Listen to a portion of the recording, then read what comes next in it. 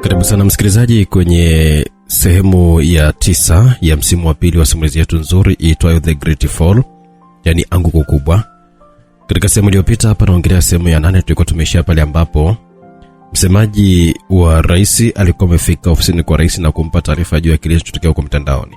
Sasa mheshimiwa rais, mitandao ya kijamii imekuwa ya moto sana. Watu wanajadili jina la gavana mpya Lameck Mbilu, yani chifu. Maoni ya watu wanasema kwamba umempendekeza kutokana na urafiki mkubwa mliokuwa nao. Na wengine wamesambaza matokeo yake ya kufeli kidato cha 6 hasa kwenye lile somo la hesabu ambalo alikuwa amepata F. Watu wanasema kwamba haujazingatia kabisa uzoefu wa nawaredi wake. Msemaji wa Ikulu alikuwa ameongea. Kwa taarifa nyingine ambayo umeniletea mbali na hiyo, hapana mheshimiwa rais, basi toka haraka sana ofisini kwangu kabla sija kufuta kazi na ukoo wako mzima ukanilani mimi hapa. Sitaki kabisa kuingilia kwenye maamuzi yangu. Rais Hashim Maganga alikuwa ameongea kwa ukali sana. Maneno ya msemaji mkuu wa serikali yalimchafua nyongo isivyo kawaida. Baada ya msemaji kuondoka, rais akamevuta glasi ya maji na kuyagugumia yote mdomoni, akiachia pumzi nzito. Mambo yalikuwa ni mengi sana ndani ya kichwa chake. Alikuwa anahitaji kupoa kidogo. Ndani ya dakika kadhaa alizama kwenye wimbi la mawazo. Baada ya kufikiria sana, alipata jibu mojawapo ya nini ambacho cha kufanya kunusuru mambo yake yasiharibike zaidi. Alitoa simu na kuandika message kwenda kwa namba ya chifu pamoja na mganga Sombepe, akiwataka wafanye kazi ambayo walikubaliana. Muda ndo ulikumeshafikia sasa. Kilichoendelea msikilizaji, basi tuende pamoja katika sehemu ya 9 ya msimu wa pili tupate kujua nini kiliendelea. Tulikuwa tunaelekea mwishoni mwa simulizi yetu. Mtunzi ni Rajos John, on director kutoka Simulizi Mix, ndo ambaye anakusimulia. YouTube channel Simulizi Mix na application SMX app, WhatsApp 0677062012. Acha tuendelee na burudani. Majukumu mapya msimamizi wa Benki Kuu ya Tanzania yalikuwa chini ya gavana mpya Lameck Mbilu, ambaye aliyapokea kwa umuhimu mkubwa sana. Kiti cha gavana kilikuwa ni sehemu ya kufanikisha mipango yao ya kuimiliki Afrika Mashariki kuwa nchi chini ya utawala wa Rais Hashim Maganga na washirika wake kuwa matajiri wakubwa kwa kumiliki maeneo yenye utajiri ambapo Afrika Mashariki yalibarikiwa kuwa nayo. Katika umoja wao waliouita Vision Thinkers ndipo mipango yote ilipopangwa kwa miaka mingi iliyopita. Masaa mawili baada ya teuzi hiyo muhimu, Gavana Lameck Mbilu alikuwa barabarani ndani ya gari yake akielekea Benki Kuu kuanza majukumu yake mapya. Alipofika alishuka kwenye gari akiongozana na Chazi Dodi, ambaye kwenye ulimwengu wa watu wa babe walimfahamu kama mtaalamu mwenye uwezo mkubwa wa kucheza na kodi za kompyuta. Kwa upande mwingine, watu walimfahamu kama kingunge kwa kuagua na kuwapa watu utajiri. Kwa miaka mingi sana wao walikuwa wanamfahamu kama mganga Sombepe. Usoni alikuwa amevalia sura ya bandia. Ilikuwa ni vigumu sana kwa mtu kuweza kumfahamu kirahisi. Askari polisi wenye silaha nzito waliokuwa wanalinda na kuimarisha ulinzi wa Benki Kuu walikuwa na taarifa ya kuchaguliwa kwa chifu kuwa gavana mpya. Walimpungia mkono kumsalimia na hawakuwa na shida naye alipokuwa anaingia ndani ya benki. Mwanaume mmoja aliyekuwa amevalia suti nadhifu na ya rangi ya blue, mwenye ndevu nyingi kichwani, alikuwa na upala uliokuwa na meremeta kwa kupakwa mafuta mengi. Alitembea haraka kuelekea upande ambapo walikuwa wametokea chifu na mganga Sombepe. Alisimama baada ya kuwafikia. Karibu sana mheshimiwa gavana, naitwa Julius Kadela, ni naibu gavana wa Benki Kuu, nikihusika katika usimamizi wa sekta ya fedha. Tuko manaibu watatu, lakini wenzangu wawili wameenda kwenye mazishi ya ndugu Tanganga. Mwanaume huyo alijitambulisha mbele ya chifu. Nashukuru, naomba unipeleke kwenye ofisi yangu ambayo nitaifanyia kazi zangu. Sawa sawa mheshimiwa gavana. Julius Kadela aliongea na kuongoza njia kuelekea ilipo ofisi ambayo gavana wa Benki Kuu ataitumia katika majukumu yake. Gavana, naomba usogee karibu zaidi na mlango, mfumo uweze kuchukua taarifa zako ambazo utazitumia katika kufungua huu mlango kwa nyakati zote ambazo utakuwa uko hapa. Julius Kadela alikuwa ameongea baada ya kufika kwenye mlango uliokuwa umeandikwa gavana. Chifu alisogea karibu na mlango, mwanga ukatoka kwenye mlango na kumulika usoni. Chifu aliyafumba macho yake. Alipofumbua mlango ulifunguka. Njia pekee ya kuweza kufungua mlango wa ofisi ya gavana yenye taarifa nyeti sana za mabenki ya nchi nzima ilikuwa ni alama za macho ya chifu peke yake. Samani kiongozi, humu ndani anaruhusiwa kuingia gavana na manaibu gavana peke yake. Taarifa zinazotunzwa humu ndani ni nyeti sana, hazipaswi kuonwa na mtu yeyote yule mwingine ambaye sio nyasifa ambazo nimezitaja. Julius Kadela alimgeukia mganga Sombepe na kumweleza taratibu za benki hiyo pale mganga Sombepe alipokuwa anataka kuingia ofisini.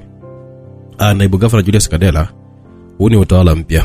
Hakuna tatizo lolote ile kwa mgeni kuingia ndani ya hii ofisi, na kuanzia leo hii sio dhambi kwa yeyote ile kuingia ndani endapo kama mwenye ofisi nipo. Usisahau jambo moja, mimi ndiye msimamizi mkuu wa benki kuu. Kama mambo yataharibika, basi lawama na hatia zote zitakuwa juu yangu. Sasa Mheshimiwa Gavana, nimelipokea hilo. Julius Kadela aliongea kwa unyenyekevu mkubwa alipokuwa amesikia taratibu mpya za uingiaji ndani ya ofisi hiyo kutoka kwa gavana mpya. Chifu alikaa kwenye kiti chake cha ugavana akatazamana na Mganga Sombepe pamoja na Julius Kadela ambaye walikaa kwenye viti vya upande wa pili wa meza. Nahitaji taarifa za fedha kwa benki kuu pamoja na mabenki mengine ya kiserikali na yale binafsi. Pia naomba taarifa za shughuli zote ambazo mlizifanya na zile ambazo mlizopanga kuzifanya. Mheshimiwa Gavana, rekodi zote zinapatikanika kwenye kompyuta ndani ya ile kabati.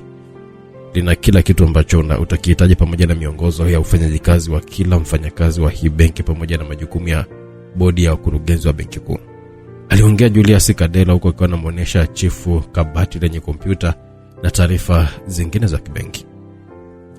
Asante kwa ukaribisho huo mzuri. Wapatie taarifa wafanyakazi wote waliokuwa msibani na wengine wote tunapaswa kuanza kazi haraka sana. Na siku baada ya kesho kila mfanyakazi anatakiwa kuwa ofisini kuendelea na majukumu yake. Sawa sawa Mheshimiwa Gavana. Julius Kadela aliongea na kutoka nje ya ofisi. Nyakati mpya zilikuwa zimeanza ndani ya benki kuu chini ya Gavana Lameck Mbilu. Akilini Julius Kadela alikuwa ameona kuna vitu vingi sana vitabadilika ndani ya benki, na yeye alikuwa anapaswa kubadilika kuendana na kasi ambayo alikuja nayo gavana mpya. Nimewahi kusikia kuwa wewe ni mganga bingwa sana, na kwa miaka mingi ulikuwa unatoa utajiri mkubwa sana kwa watu wengi ambao walikuja kwako wakiwa na shida hiyo. Je, nguvu za kufanya hivyo ulizitoa wapi? Na ilikuwaje kwa mganga? Chifu aliuliza swali huko akiwa anachukua kompyuta mpakato kwenye kabati na kuiweka mezani. Namna ambavyo nilikuwa nimeweza kuwa mganga hata mimi mwenyewe naona ni maisha ya ndoto ambayo sikuwahi kufikiria kama nitakuja kuyaishi hata siku moja. Nilipokuwa na miaka 25 sikuona kama naweza matizia maisha yangu ndani ya nchi. Nilikuwa na kiu sana mafanikio, na nilikuwa nimeogopa umaskini zaidi ya magonjwa makubwa yote unayofahamu duniani. Baada ya kufikiria sana, nilikuwa nimepata wazo la kuzamia kwenye meli na kuibukia Afrika Kusini. Huko nilikaa kwa miaka 10. Nilipata mafanikio makubwa sana. Nilipoanza mwaka wa 11 nilipata ukichawa ghafla. Watanzania wenzangu ambao tulikuwa tunaishi nao wote kule wakanisafirisha kurudi Tanzania. Ndugu zangu walinihangaikia sana. Baada ya kutafuta tiba kila mahali, majibu yalikuwa ni ili nipone ni lazima nikabidhiwe mkoba wa mganga ambao ulikuwa ni wa ukoo wetu, na siku niliyokuwa nimekabidhiwa nilipona kabisa ule ukicha, na kuanzia hapo ndipo nikafahamika kama Mganga Sombepe.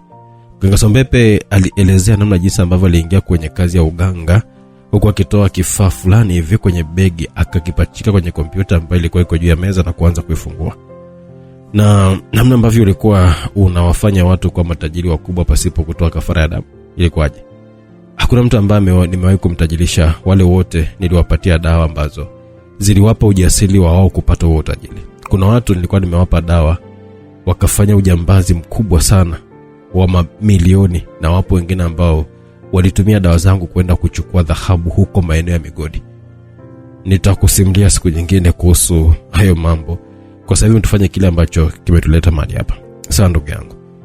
Kwa akaunti zote zenye fedha kuanzia bilioni 1 utakata 20% ya fedha yote, na kwenye akaunti zenye fedha kuanzia milioni 100 mpaka 900 utachukua 10%, na zile akaunti zenye milioni 1 mpaka 90 utakata 5%. Chifu alitoa maelekezo ambayo yalikuwa yanatekelezwa na Mganga Sombepe ambaye alikuwa mbele ya kioo cha kompyuta akiangalia mifumo ya mabenki yote nchini na kukata fedha ambayo ilikuwa ipo kwenye akaunti za watu mbalimbali ndani ya nchi. Kwa akaunti za nchi nzima kwa 10% ambazo umezisema hapo tutakusanya kiasi cha bilioni 800. Mganga Sombepe alijibu namba ambazo alikuwa anaziona juu ya kioo cha kompyuta. Baada ya kukamilisha wizi huo mkubwa wa pesa za nchi. Vizuri sana. Kwenye bilioni 800 chukua milioni 500 weka kwenye akaunti yako unayoifahamu. Bilioni 1.5 weka kwenye akaunti yangu ya nchini Afrika Kusini. Na hizo bilioni 600 ziweke kwenye akaunti ya kikundi. Hakikisha umeweka ulinzi wa akaunti zote asitoke kima yote akaja kutuzidi ujanja katika hili. Chifu akamwambia Mganga Sombepe wajikatie mgao mapema kabisa kwa kutenganisha na pesa ambayo ilikuwa inahitajika kwenye mipango ya kutengeneza vitu vya nyuklia. Moyoni chifu alikuwa na furaha sana kukamilisha wizi huo, ambaye ilikuwa ni kazi yake ya kwanza kabisa kuifanya baada ya kukabidhiwa kiti cha ugavana. Tayari kila kitu kiongozi, ujiandae kujibu maswali magumu ya wananchi tuliowaibia fedha hizi. Mganga Sombepe alikuwa amekamilisha ufichaji wa kiasi kilichopatikanika kwenye akaunti zao za siri. Maswali magumu waga na majibu mepesi sana, ili mradi tu kwamba tumepata tunachokihitaji. Hakuna jambo litakaloshindikanика mbele yetu. Tulichokifanya hapa sio wizi. Hii nchi ni ya kwetu na kila kilichopo ndani yake ni cha kwetu, hata hizi fedha tulizochukua ni za kwetu. Chifu aliongea kwa kujiamini sana. Hakujali kama walichokifanya kitaenda kuleta athari kubwa sana kwa wananchi ambao walikuwa wamehifadhi fedha zao kwenye mabenki mbalimbali. Walitoka kwenye chumba hiko na kuondoka kabisa ndani ya jengo la benki kuu. Upande mwingine wa simulizi. Siku zote kama ukishindwa kukiponda kichwa cha nyoka kwa awamu mbili, basi ujue hata kuruhusu kiponde kwa pigo la mara ya 3. Anaweza kukimbia au kukuzuru kwa meno yake yenye sumu kali. Tulishindwa kumaliza mara ya kwanza. Hatutaki kukosa shabaha yetu ya kuchukua uhai wake kwa mara ya pili. Tunapaswa kuweka mipango ya kusitisha uhai wake haraka sana iwezekanavyo kabla hajaweka wasiwasi wake juu yetu. Dunia ni ndogo sana hii, na huenda mambo yakafahamika kwa kasi ya mwanga. Hata Dr. Matia pia hatufahamu yuko wapi mpaka leo. Bwana Maxson alionyesha mashaka yake juu ya mpango wao. Punguza wasiwasi na hofu juu ya mipango yangu. Kuhusu Dr. Matia na wafahamu mpaka watu wanaomshikilia na sehemu waliomhifadhi pia. Hao nimewaweka kiporo kwanza. Unajua mpaka na kuhusisha katika hili. Nilifikiria mbali sana. Tunachukua ushindi wetu mapema sana tena kwa kishindo. Muhimu nataka ufanye jambo moja tu. Jambo gani ambalo unahitaji nifanye? Mkurugenzi mkuu wa shirika la ujasusi wa Kenya Bwana Maxson Sausudi aliuliza huko akiwa anamkazia macho naibu rais Twaribu Oshilindi aliyekuwa amekaa kwenye kiti cha pembeni. Ni jambo jepesi tu ambalo sidhani kama wewe utashindwa kulifanya. Nahitaji ushawishi wako pekee, na faida utaiona mbele ya macho yako. Nenda ukazungumze na yule mtoto wa dadako Andrea ambaye ni mlinzi wa Rais Mendali Loto. Kwa siri kubwa sana tekeleze mauaji ya rais, na mimi nitampatia Kenyan shillings milioni 20. Pia namwahidi kumsafirisha kwenda nchi yoyote ile ambayo atavutiwa kuishi. Katika hili naweka ahadi ya kumlinda yeye kwa nguvu zangu zote. Hakuna bali litakalokuwa limemkuta, na kwa upande wako ukishafanikisha hili utakuwa waziri wa ulinzi na usalama kwenye serikali yangu, na utakuwa na uhuru wa kufanya mambo yako hata yale ya gizani. Maneno ya Twaribu Oshilindi yenye asali yalikuwa yananogesha masikio ya Bwana Maxson Sudi kila alipokuwa nasikia neno moja baada ya jingine. Bwana Maxson ambaye alikuwa na ndoto kubwa ya kushika nyadhifa kubwa serikalini, alikubali haraka kuifanya kazi hiyo ya kumshawishi mtoto wa dadake Andrea kuifanya kazi hiyo. Andrea alifanikiwa kupata kazi jeshini na kuwa mlinzi wa karibu wa rais kwa jitihada za mjomba wake Maxson Sudi ambaye aliona kazi ya kumshawishi kufanya mauaji ya rais ni rahisi zaidi ya kumsukuma mlevi. Mkurugenzi mkuu wa shirika la ujasusi wa Kenya Bwana Maxson Sudi hakutaka kupoteza muda. Aliagana kuondoka akiweka ahadi kwamba atafanya jitihada za kuongea na Andrea juu ya jambo hilo. Twaribu Oshilindi alifurahi sana kuona kazi yake inakwenda kukamilika ndani ya siku chache. Aliendelea kukaa ndani ya hoteli hiyo ambapo alifanya mazungumzo ya msingi sana. Alihisi koo lake likiwa linahitaji kitu cha baridi. Alimuita mlinzi wake ambaye alikuwa yuko nje ya chumba, akamwagiza waini ya baridi. Baada ya 5 mhudumu wa hoteli hiyo akafika akambeba kisinia chenye waini pamoja na glasi mbili. Mlinzi aliyekuwa makini na kazi yake alimtaka ifungue waini na kuikagua. Mhudumu alikubali, akaifungua na kuimimina waini kidogo kwenye glasi moja na kugumia yote mdomoni. Baada ya kujiridhisha kinywaji kilikuwa kiko salama, mlinzi alimruhusu mhudumu aingie ndani. Macho ya Twaribu Oshilindi alitua kwenye mwili wa mhudumu ambaye alikuwa amefungua mlango na kuingia ndani. Mhudumu alikuwa amestiri kichwa chake kwa mtandio aliufunga vizuri. Alivalia sketi fupi na t-shirt lenye maandishi ya hoteli hiyo. Manukato aliyojipuliza yalichukua nafasi kubwa sana ndani ya chumba hiko. Karibu kinywaji mheshimiwa. Mhudumu aliongea kwa sauti yake laini yenye lafudhi ya kimwambao huku akiwa anafungua chupa ya wine. Asante sana. Sauti na lafudhi yako inanifurahisha mpaka kisiwani Lamu. Sauti yako na lafudhi yako vimenisafirisha mpaka kisiwani Lamu. Umewahi kuishi huko? Twalibu Oshilindi alikuwa ameongea huko akiwa anashusha mkono wake na kushika sehemu ya nyuma ya mhudumu ambaye hakushtuka wala kutoa mkono. Twalibu Oshilindi mpenda nyama alikuwa anatalii kwenye nyama za mhudumu huyo. Hapana, sijawahi kuishi kule, lakini nimewahi kufika kupaona mara moja tu. Mhudumu alijibu huko akiwa anaanza kupiga hatua za taratibu kuondoka. Hebu subiri kwanza, mbona uko na haraka hivyo? Nahitaji kuzungumza mambo mengi sana kuhusu uliyoyaona Lamu, na mimi nikuelezea mambo ambayo nimewahi kuyaona huko. Maneno ya Twalibu Oshilindi yalimfanya mhudumu arejee na kukaa kwenye kiti pembeni ya Twalibu Oshilindi. Kuna Lamu kuna mchanga laini sana. Hebu njoo hapa nikuonyeshe na jinsi ulivyowahi kucheza juu yake na kufurahia. Twalibu Oshilindi alikuwa ameshapandwa na kuhitaji kucheza kama mchezo kake kubwa. Alimshika mkono mhudumu na kuingia naye chumbani mpaka kitandani. Mhudumu alishindwa kumtizama usoni mzee huyo alipokuwa ameanza kuziondoa nguo zake moja baada ya nyingine mpaka mhudumu akabaki na zile za ndani zilizokuwa zimeyastiri tu maeneo yake machache tu yani. Ngoja kwanza inamalizia mwenyewe. Mhudumu aliongea kwa sauti yenye madeko mengi sana baada ya kuelewa ni kipi ambacho naibu rais alikuwa anakihitaji kwa wakati huo. Mhudumu alimsukumia kitandani Twalibu Oshilindi aliyelala akisubiri mhudumu amalizie kulitoa kufuli yani nguo ya ndani na ile iliyostili mahembe ya juu. Mhudumu alishusha kufuli taratibu na kuzichomoa sindano mbili ambazo zilikuwa zimefichwa kwa siri sana kwenye kufuli hilo pasipo Twalibu Oshilindi kuona kitendo hiko. Pembeni ya paja la mhudumu kulikuwa kuna tattoo ndogo hivi yenye herufi hesi, ikiwa ni tattoo ambayo wanayo wauaji wote kutokea kundi la wauaji wanawake wakijiita Kenya ni Sweethearts. Mhudumu alikaa juu ya Twalibu Oshilindi ambaye alisubiri mchi wake kutwanga kinu kinono cha mhudumu huyo.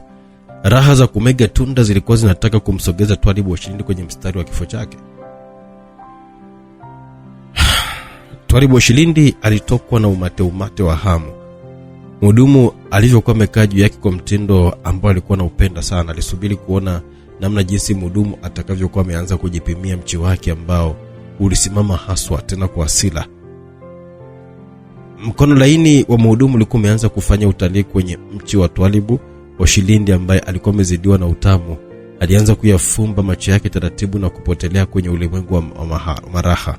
Kitendo chake cha kufumba macho tu kilimpa nafasi mhudumu kufanya kazi nyingine ambayo ilikuwa imemleta ndani ya chumba hiko. Aiwa! Twalibu Oshilindi alitoa ukelele ambao mhudumu alimwahi na kumwekea mkono mdomoni. Twalibu Oshilindi alihisi maumivu makali sana ya kuchomwa na kitu chenye ncha kali shingoni. Utamu uligeuka kuwa maumivu. Alipeleka mkono kwa nguvu kuondoa mkono wa mhudumu ambao ulikuwa unashindilia sindano kwenye shingo yake. Mhudumu hakuwa mwepesi, mwili wake ulikuwa ni wa mazoezi ya nguvu. Twalibu Oshilindi alishindwa kabisa kuondoa mkono wala kumpa wala kumtupa pembeni. Sumu kali iliyokuwepo kwenye sindano ilianza kusambaa kwenye mwili wake kwa kasi sana. Ndani dakika alirusha miguu na kutulia. Mwili wake wote ulikuwa ni mweusi kama mkaa na roho ilishaacha mwili. Matamanio yake ya kuchovya utamu wa asali kwenye mzinga wa mhudumu uliyamaliza maisha yake na kusitisha ndoto zake zote za kuifanya nchi ya Kenya kuwa chini yao, yeye pamoja na mshirika wake wa karibu, rais wa nchi ya Tanzania Hashim Maganga. Baada ya kukamilisha kazi yake, mhudumu alilala pembeni ya mwili wa Twalibu Oshilindi kwa dakika 10 huko akiwa anatoa sauti za mahaba kama mtu ambaye alikuwa amekolea kwenye ulimwengu wa mapenzi. Alifanya hivyo ili kuwapoteza walinzi wawili wanaolinda nje ya chumba kutohisi kitu chochote kile kibaya ambacho kimetokea kwa bosi wao. Baada ya kuona hali iko shwari, aliubeba mwili wa Twalibu Oshilindi na kuupeleka bafuni, akaufungulia maji mengi sana na kurudi chumbani. Alivaa nguo zake na kutoka nje ya chumba. Walinzi walimkazia macho kumpima kisaikolojia mhudumu huyo ambaye hawakuweweseka wala hata kuogopa. Alikuwa ni zaidi ya muuaji mwenye mafunzo ya akili. Aliyecheta basamu upana ambalo lilipoteza mawazo yote mabaya kwenye vichwa vya walinzi. Vipi, umeenjoy? Yaani nimeenjoy sana, mhudumu alijibu. Sawa, kazi njema. Mlinzi mmoja wa Twalibu Oshilindi aliongea na kufungua mlango wa chumba. Baada ya kusikia sauti ya maji alijua kabisa naibu rais atakuwa naoga. Hakuhitaji kabisa kwenda kumsumbua, kwani alikuwa ametokea kulifaidi tunda la msichana mrembo ambaye mpaka wao walikuwa wanammezea mate. Mhudumu aliondoka taratibu kwa mapozi mengi na nyuma aliwaachia mwili wa naibu rais Twalibu Oshilindi. Walinzi wakaendelea kulinda mpaka katika masaa mawili. Sauti ya maji na yakimwagika iliendelea kusikika bafuni. Waliingia ndani kuona kinachoendelea. Waliokuta mwili wa Twalibu Oshilindi ukiwa chini ukimwagiwa na maji. Walipompima hawakuona dalili yoyote ile ya uhai kwa mwanaume huyo. Walihisi kuchanganyikiwa. Walipiga simu hospitali ambapo gari ya wagonjwa ilikuwa imekuja haraka sana, huku wakiwa wanamtafuta mhudumu ambaye alikuwa ameleta chupa ya waini kwa kiongozi wao. Walitafuta sana lakini hawakufanikiwa kumuona huyo mhudumu muuaji. Hata picha za CCTV kwa zimechukuliwa na CCTV kamera zote hazikuonyesha sura ya mwanamke huyo ambaye alikuwa makini kuficha uso wake kwa kitambaa kote alikokuwa anapita, na maeneo mengi alikuwa amekwepesha kabisa uso wake dhidi ya kamera za ulinzi. Mwili wa Twalibu Oshilindi ulibebwa na kupelekwa hospitali ya Nairobi. Taarifa zikafikishwa mpaka kwa rais wa nchi Menda Liloto na wakuu wote wa vyombo vya usalama walipata taarifa za tukio hilo zito kwa taifa la Kenya.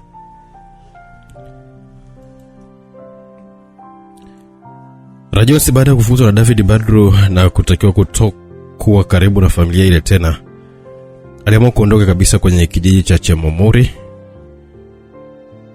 Alipungia mkono gari moja hivi ambalo lilikuwa limebeba mparachichi. Dereva wa gari hilo kama kamata breki mara moja na kusimama pembeni ya barabara, na Rajosi kama alikimbilia. Dobele yako bro, naomba msaada nisogeze hapo mbele kidogo. Rajosi alikuwa ameongea na akionyesha kuchoshwa na jua kali ambalo lilikuwa limemchoma vibaya sana. Unaenda wapi na utanilipa shilingi ngapi? Dereva wa gari kauliza. Rajosi alikuwa ameanza kubabaika, hakufahamu alipokuwa anaelekea, lakini alikuwa na nia ya kufika kwenye ubalozi wa Marekani ambapo angeweza kupata msaada wa kusafirishwa. Dereva aligundua hilo kwa Rajosi hakuwa na pesa ya kumlipa kama nauli. Alifungua mlango wa pili wa gari na Rajosi akaingia ndani ya gari. Mimi nitaishia Kibera sokoni. Kuna mzigo ambao nitaushusha hapo. Endapo kama mtakuwa na safari ya kuelekea sehemu nyingine, basi utaangalia usafiri mwingine wa kufikisha huko. Dereva alikuwa ameongea na kuiondosha gari. Wakati wote wa safari Rajosi alikuwa anawaza mambo mengi sana. Alikuwa anahitaji sana kurudi Tanzania. Aliwakumbuka sana watu wake wa karibu, shangazi Patricia pamoja na chief, ambao wote hawakuwa wamezungumza nao tangu aingie nchini Kenya kwa lengo la kumtibia Rais Menda Liloto. Safari iliyochukua lisali 1.5 ilikuwa imeishia ndani ya soko la Kibera. Rajosi alimshukuru kwanza dereva kwa moyo wake wa kumsafirisha pasipo kulipa chochote kile, ndipo akashuka kwenye gari. Jioni ilikuwa imeingia. Rajosi hakuwa na sehemu ya kufikia wala mtu aliyekuwa anamfahamu. Makuli wa soko la Kibera walikuja kwa kukimbia. Walimzunguka dereva kuomba nafasi ya kubeba magunia ya maparachichi ambao ndio mizigo ile kumeletwa na gari hilo. Magunia yote yalikuwa yanatakiwa kuhifadhiwa kwenye moja kati ya store ndani ya soko hili. Siku inayofuata yapate wanunuzi. Jamani taratibu, mtaniangusha sasa. Mzigo niliokuja nao ni mdogo sana. Unahitaji wabebaji 3 tu. Kama utakosa nafasi wakati usijali, wakati mwingine basi utakuja kuchaguliwa. Dereva wa gari aliyombeba Rajosi aliongea akiwataka wapunguze vurugu za kumgombania. Nichague mimi. Bro, mke wangu ni mgonjwa, nichague mimi basi. Kamkubwa, sijaingiza chochote kile siku nzima, nichague mimi tafadhali. Kelele zilikuwa nyingi sana za makuli. Kila mtu alikuwa anatumia maneno ya ulimi wake kumshawishi dereva ili apate nafasi ya kuchaguliwa. Wewe mwenye jezi ya kijani hapo, sijui ni shabiki wa Gor Mahia, timu ya mpira wa miguu nchini Kenya. Hebu naomba simama pale pembeni. Kule mwishoni jamangu pale uliyevalia kaptula jinsi. Alafu brother uliyevalia shati la mikono mirefu hapo. Dereva alikuwa amemnyoshea kidole Rajosi. Dereva alitabasamu baada ya kumuona ni miongoni mwa watu waliokuwa wameiomba kazi ya kubeba mizigo. Rajosi alifanya maamuzi ya kuungana na makuli wengine wawili kubeba mizigo. Nchi ya mbali na nyumbani haikumpa nafasi ya kuwa goigoi. Alijikaza kiume kufanya kazi ambayo hakuwahi kabisa ifanya tangu azaliwe. Pesa ni kitu cha muhimu sana ambacho alikuwa anakihitaji katika safari yake kurudi Tanzania. Mwanangu shababi kabisa, hebu kaza shingo hiyo, mzigo ufike chap hapo, hatuna muda hapa ise. Kuna mmoja aliongea. Rajosi akawa amejikaza zaidi na kupeleka gunia kwenye store ambayo mzigo ungehifadhiwa. Kazi ya kubeba magunia ilikuwa ni nzito sana. Ilihitaji moyo wa simba kubeba magunia yote 10. Magunia 10 kwa kila mmoja ilitosha kuyaondoa magunia yote 30 ndani ya gari. Ujira wako ni Kenya ni shilingi 500. Hapa pole na hongera sana kwa mapambano. Nikutakie kila laheri huko uendako. Dereva alimkabidhi Rajosi pesa ya kazi ambayo alikuwa ameifanya, huko akiwa anamtakia bahati njema kwa safari inayofuata. Asante sana, Mungu akubariki pia. Rajosi alikuwa amejibu kwa kifupi. Alijifuta jasho alilokuwa linatiririka mwilini mwake na viganja vyake vya mkono. Baada ya kumaliza alivasha lake. Oya Dingwe, kuna chimbo moja la msosi ni la bei rahisi sana. Twende kwa huyo mazaa, ni mtizi huyo, anapika vizuri bala. Kweli Twenzetu haraka sana, minyoo imeshaanza kupigana vikumbo kwa tumbo yangu. Majadiliano ya makuli hao wawili waliokuwa wanahitaji kwenda kupata chakula kama mmoja wa Kitanzania, Rajones aliyasikia vyema. Anaona kama vile kuna Mtanzania sehemu hiyo, basi anaweza kuwa ni msaada kwake. Alifahamu tabia nyingi ya Tanzania ni watu wenye upendo mkubwa sana kwa Watanzania wenzao wanapokutana kwenye nchi tofauti na Tanzania. Waga wanachukuliana kama ndugu waliozaliwa tumbo moja. Rajones aliamua kuwafuata makuli hao wawili. Walipita vichochoro kadha wa kadha na kuibukia sehemu yenye jalala kubwa sana la taka. Walikatiza na kuelekea mbele zaidi. Baada ya nyumba 4 walikuta banda lililojengwa kwa mbao. Mlangoni palikuwa pamewekwa shuka kuzuia mtu wa nje kuona walaji wa ndani. Karibuni, kuna pishi la kitanga hapa leo. Maharage yameungwa na kupendeza, piteni ndani jamani. Mama mmoja aliyekuwa nje ya banda aliongea na kuwakaribisha Rajones na makuli wawili ambao walifika hapo. Makuli wawili walipita na Rajones akaendelea kusimama hapo. Mbona unasimama hapo mwanangu? Ndani kuna siti za kutosha tu, unaweza kuingia huko ndani. Nitakuja kukusikiliza tunachotaka. Sawa mama, lakini nina swali kidogo. Unatokea Tanga huko Tanzania? Ndio mwanangu, natokea Tanga wilaya ya Korogwe. Kwani na wewe ni Mtanzania? Mama yeye alikuwa ameuliza swali baada ya Rajones kumuuliza maswali yalipo kutokea. Ndio mama, ni Mtanzania, nimezaliwa na kukua ndani ya mkoa wa Dodoma. Rajones alijibu. Oh ndugu yangu kabisa wewe. Hebu ingia ndani, baadaye tutazungumza vizuri mambo ya nyumbani kwetu Tanzania. Mama yeye alikuwa ameongea kwa furaha sana. Rajones aliingia ndani. Alitafuta sehemu nzuri sana na kukaa. Mama muuzaji aliingia na kuuliza chakula ambacho wanakihitaji. Makuli wawili walisema waletewe wali maharage. Mamuuza alienda, aliporudi alikuwa na sahani moja ya wali maharage na sahani nyingine ya wali nyama ambayo alikuwa ameiweka mezani kwa Rajones, na ile ya maharage akaweka kwa kuli mmoja. Alitoka tena na kurejea na sahani nyingine ya wali maharage. Alipokuwa mlangoni alishindwa kupiga hatua zaidi ya kuangusha sahani hiyo kwa hofu. Mwili mzima ulikuwa unamtetemeka. Panga lenye makali lilikuwa liko shingoni mwake. Kila mtu atoe pesa na chochote kile cha thamani alichokuwa nacho hapa, kabla sijakata shingo zenu. Kijana mmoja aliyekuwa na rasta ndefu chini alivalia kaptula ya jinsi na buti refu mguuni aliongea baada ya kuingia ghafla ndani ya banda na kuamrisha watu wote wafuatishe kile ambacho anakisema. Watu ndani ya banda walikuwa hapo kwenye hali ya kutetemeka, walitekwa katika wakati usiotarajiwa. Vijana hao wahuni walikuwa na mapanga yaliyokuwa na milimeta kwa makali. Hofu ya kutetea uhai wao, watu walizifahamu akili chafu za vijana waliowavamia. Mmoja baada ya mwingine alitoa simu, fedha na kumpatia kijana huyo. Rajones alichoropoka kwa kasa kanepa na kukwepa panga lilokuwa limerushwa na kijana ambaye alikuwa anakusanya vitu vya thamani. Alipofika mlangoni alimpiga kikumbo kikubwa kijana ambaye alikuwa amemwekea panga mama muuza, na wote walianguka chini. Rajones hakutazama nyuma tena, alikuwa yupo kwenye kasi sana kukimbia. Alikatiza vichochoro ambavyo hakuvijua, lakini aliendelea kwenda tu. Alifika mwisho wa mbio zake. Mbele kulikuwa na ukuta ambao ulikuwa umeziba njia. Alipogeuka nyuma kulikuwa na vijana 3 ambao walikuwa wanamkimbiza tangu anatoka bandani. Mtoto mlembo na korofisha wanaume na unawakimbia ovyo ovyo tu kama kuku aliyekatwa shingo. Unaweza kukimbia sasa kama unaweza. Maneno ya kejeli alimtoka kijana mmoja ambaye alikuwa anachezea nyororo, yani cheni ya mapigano. Uwezo wao wa kucheza karate za mtaani ziliwafanya wajiamini sana vijana hao na kufanya vitendo vingi sana vya kihalifu kwa watu. Na waliokuwa wameleta jeuri walikutana na vipigo vikali sana kutoka vijana hao. Rajones akaweka mwili wake sawa kwa kujinyoosha. Kijana mwenye nyororo alikuja kwa kasi sana kukaa anazungusha nyororo wake. Mtindo huo wa kuipeleka mkono wa kushoto na kulia, ambapo alipokea mapigo 3 ya ghafla. Nyororo ilimchapa tumboni, begani na usoni. Rajones alirudi nyuma na kukunja ngumi vizuri. Kijana mwenye mnyororo akilikuja kumalizia kazi. Rajones akarudi nyuma hatua 2 na akaudaka kwa mkono wake mmoja. Kijana alipojitahidi kuvuta alishindwa kumsogeza Rajones hata kwa hatua moja. Wakati ambao anajitahidi kuvuta zaidi, Rajones aliachia mnyororo na kurusha teke ambalo limtupa kwa nguvu kijana. Wenzake wale wakasogea kupambana na Rajones. Wote walifua dafu. Mwanaume alikuwa anapiga mapigo ambayo yaliwaangusha chini. Kijana mmoja alirusha unga ambao ulipomfikia Rajones alipiga kelele huku akiwa na yumba. Rajones akaendelea kupiga makelele huku akiwa anafikicha macho yake, alihisi kama vile yanawaka moto kwa kuwasha. Vijana wahuni walicheka sana kwa sauti za juu. Pale Rajones alipokuwa anahangaika, kijana mmoja mwenye panga mkononi alimfikia Rajones na kusimama mbele yake. Alirudisha upanga nyuma na kuupeleka kwa kasi sana akilenga kifua cha Rajones. Kabla panga halijafika sehemu aliyokusudia, kijana huyo alishika shingo yake kuondoa waya ambao ulikuwa umechimba shingo yake. Vijana wawili walistajabu baada ya kumwona mtu ambaye alikuwa amekamata waya mrefu ambao Alipouvuta, kichwa cha mwenzao kilianguka chini. Macho yao yaliona huo ni wimbo wa kifo ambao ukijaribu kuucheza utakupeleka kabulini.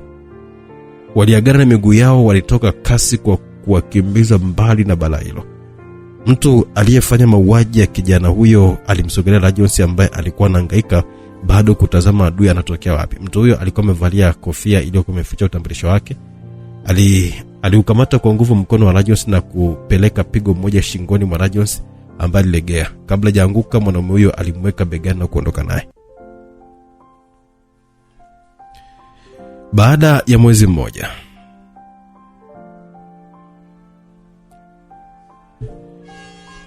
katika umri wangu wa miaka 8, sikutamani kabisa kuwa na mtoto ambaye angetoka kwenye kiuno changu.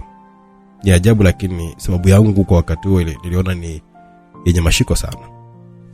Nafsi yangu haikuwa radhi kuongeza idadi ya watu duniani. Sehemu yenye watoto wengi wanaoteseka kwa kukosa hata kipande cha mkate wa kupoza njaa ya siku. Malazi kwao ni changamoto zaidi na vibalaza vya maduka.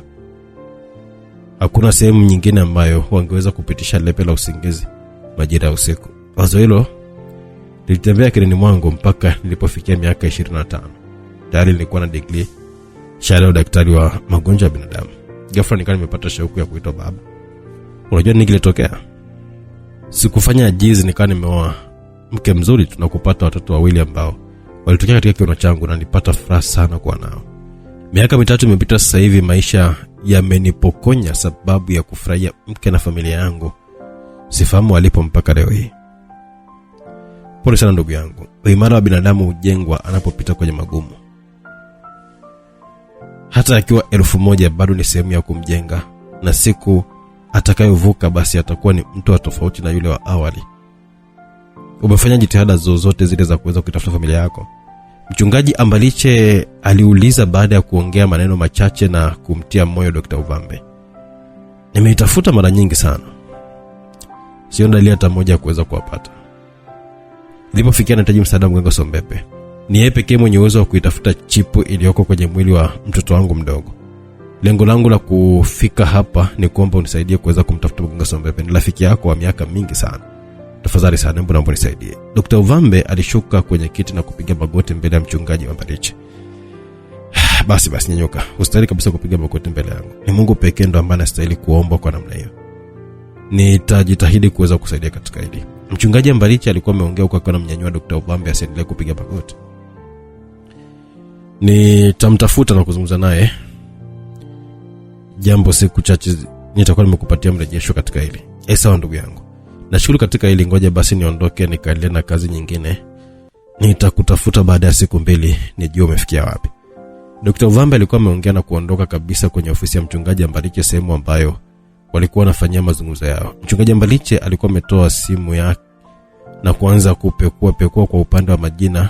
Kwa alivyokuwa anashuka jina moja kwenda jingine, jasho jingi lilikuwa linamtiririka mwilini na kulowanisha nguo zake. Mikono ilikuwa imeshika simu, ilikuwa inatetemeka kwa hofu mpaka anaiangusha simu baada ya kufikia namba ya jina la Charles Dodi, yani mganga Sombepe. Aliokota simu na kuweka mezani, akasogelea dirisha na kufungua angalau upepo mpige. Licha ya ofisi yake kuwa na feni, haikutosha kabisa kumondolea fukutu la joto lilokuwa linampatia shida. Nitamhofia mpaka lini mwanadamu? Mungu naomba nipe nguvu katika ili niweze kumkabili. Mchungaji Ambaliche aliongea mwenyewe huku akiwa amekunja ngumi kwa nguvu sana. Akaichukua simu yake. Kabla hajabonyeza kitufe cha kupiga namba ya Charles Dodi, simu ilianza kuita na mpigaji alikuwa ni mkewe Neema. Alipokea na kuweka sikioni. Mungu, kuna mgeni wako anakusubiri hapa nyumbani, naomba uje haraka sana, ni muhimu sana. Sauti ya mkewe ilisikika upande wa pili. Sawa mke wangu. Mchungaji Ambaliche alijibu kwa kifupi pasipo kuongezea neno jingine lolote lile. Akaachana na mpango wa kumpigia mganga Sombepe. Alitoka haraka sana kuelekea nyumbani kwake kuonana na huyo mgeni wa muhimu sana.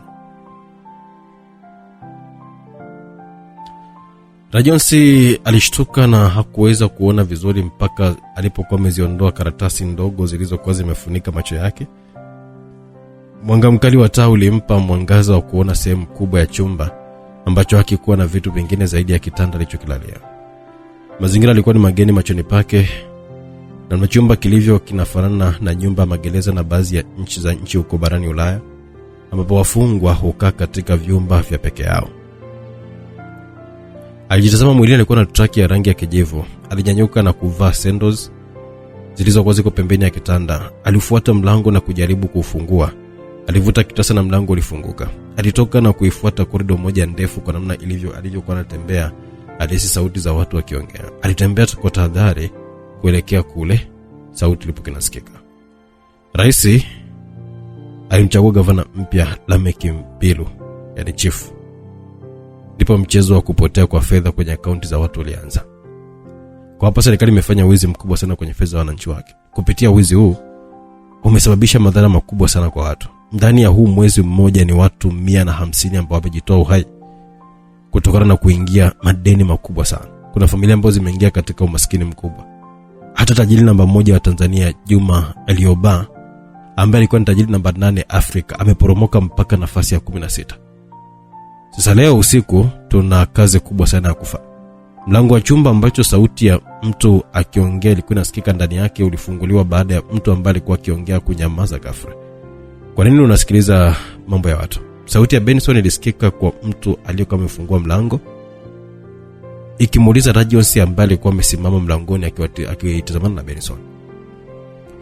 Nimeamka sehemu ambayo sifahamu. Nilikuwa natafuta mwenyeji wa eneo hili ajibu maswali. Nimefikaje mahali hapa? Rajonsi alijibu huku akiwa anajitahidi kutupa macho yake kuona ndani ya chumba, jambo ambalo Benson hakuliruhusu. Alisimama kabisa mlangoni na Rajonsi hakuona kilichokuwa kinaendelea ndani ya chumba. Mruhusu aingie, majibu ya maswali ambayo anajiuliza kichwani mwake atayapata huko ndani. Benson alitoa mikono mlangoni na Rajonsi akaweza kuingia. Macho ya Rajonsi yalipepesa kuwatazama watu ambao walikuwa ndani ya chumba hiko. Ni sura ya John Sinyagwa ndiye aliyokuwa ameitambua. Amewahi kuiona sura yake kwenye vyombo vya habari wakati huo akiwa waziri mkuu wa nchi ya Tanzania. Ni mwenzetu huyo. Unaweza kuendelea. Maneno ya John Sinyagwa yalimfanya Sanoki aendelee kuongea kile ambacho alikuwa anakieleza kwenye ubao mbele ya watu wote ambao walikuwa wako ndani ya chumba hiko. John Sinyagwa aliamini sana akili kubwa ya Sanoki, kijana aliyetoroka naye ndani ya gereza la Seita sawa kiongozi. Kutokana na taarifa za siri ambazo mtaalamu wa kompyuta Walker amezinasa, usiku huu Lameck Mbilu ataelekea uwanja wa ndege kuwapokea wageni wao wawili, Ho Jin Soo na Kang Sok Jung kutoka Korea Kaskazini. Hatufahamu wanakuja kufanya nini nchini. Lengo letu la kwanza usiku huu tunapaswa kuweza kuwanasa Governor Lameck Mbilu, yani chifu na wa Korea Kaskazini. Tunawanasa kwenye uwanja wa ndege wa kimataifa wa Tanzania. Mpango mkakati wa kuweza kuwakamata huko tayari na wote tutafanya vile ambavyo nitakuwa nimeelekeza. Inahitajika nguvu ya mwili na akili ili kuweza kufanikisha jambo letu la usiku. Watu wawili, Anna na Benson, mtakuwa ni wa kwanza kuingia ndani ya uwanja wa ndege. Kama wafanyakazi wa siku zote wa eneo hilo, mtaingia saa 12 kamili, muda ambao wafanyakazi wa uwanja wa ndege ubadilishana shift. Anna utakuwa na kitambulisho mtu wa usalama wa uwanja wa ndege na utaenda moja kwa moja mpaka kwenye chumba cha kompyuta. Utaonyesha kitambulisho chako mlangoni na mlango utafunguka. Utakaa ndani ya chumba hiko mpaka ndege ya shirika la Fly Emirates ambayo itakuwa imewabeba hao wa Korea Kaskazini itakapokuwa imetua chini. Ndege inatarajiwa kutua saa 1:10. Baada ya kutua utawaweka watu wote chini ya ulinzi kwa umakini mkubwa sana. Chumba hicho kina kompyuta ambayo imeunganishwa na kamera za ulinzi za maeneo yote ya uwanja. Hakikisha jicho lako linakuwa kwa Governor Lameck Mbilu ambaye atakuwa sehemu ya mapokezi kuangojea wageni wake. Kwa mafunzo ya Korea Kaskazini, wengi waliopokea kwenye nchi yao ni lazima watakuwa ni wa mwisho kushuka wakati ambao abiria wa ndege watakuwa wanashuka. Wakati wa Korea akiwa anashuka, wewe utabonyeza alamu ya tahadhari ya moto ambayo itasikika jengo zima na kuzua taharuki kwa watu wote watakuwa wanakimbia ovyo ovyo. Kwa upande wa Benson utaingia na wajenzi. Kipindi hiki uwanja wa ndege upo kwenye marekebisho makubwa sana ambayo yanafanyika wakati wa usiku. Wakati ambao alamu ya tahadhari ya moto itakuwa imesikika, wewe utakimbilia eneo la karibu na abiria kushuka. Kwa kasi utawawahi wa Korea na kuwashawishi kupanda ambulance kwa ajili ya usalama wao na kuwasaidia kutoka nje ya uwanja wa ndege pasipo wao kuzulika na moto. Na dereva ambulance atakuwa ni mimi hapa. Endapo kama watakataa, basi hakutakuwa na msaada mwingine zaidi ya kuwashushia kipondo na kuingiza ndani ya ambulance kwa nguvu. Kwa upande wa nje, Lameck Mbilu atakapokuwa amesikia alamu ya tahadhari ya moto akiwa na vijana wake wa kumlinda, watajua tu kwamba kuna mchezo ambao unachezwa juu ya wageni wao ambao wamekuja kuwapokea. Atawatuma vijana wake kuwahi kuingia ndani kutibua mchezo kabla hawajapoteza wakolea wao. Walinzi wengi watakuwa wameingia ndani. Lameck Mbilu atabaki na walinzi wawili au mmoja ambao watamtoa nje haraka sana bosi wao kuimarisha ulinzi wake. Wakati wakinamtoa nje, muda huo ni sahihi kabisa kwetu kuweza kumpata huyo mtu. Sadiki utatoka kwenye gari ambalo litakuwa limeegeshwa sehemu, utaenda kuwakabili hao walinzi kuhakikisha kwamba wako chini, na utamchukua Governor Lameck Mbilu na kurejea naye tena ndani ya gari.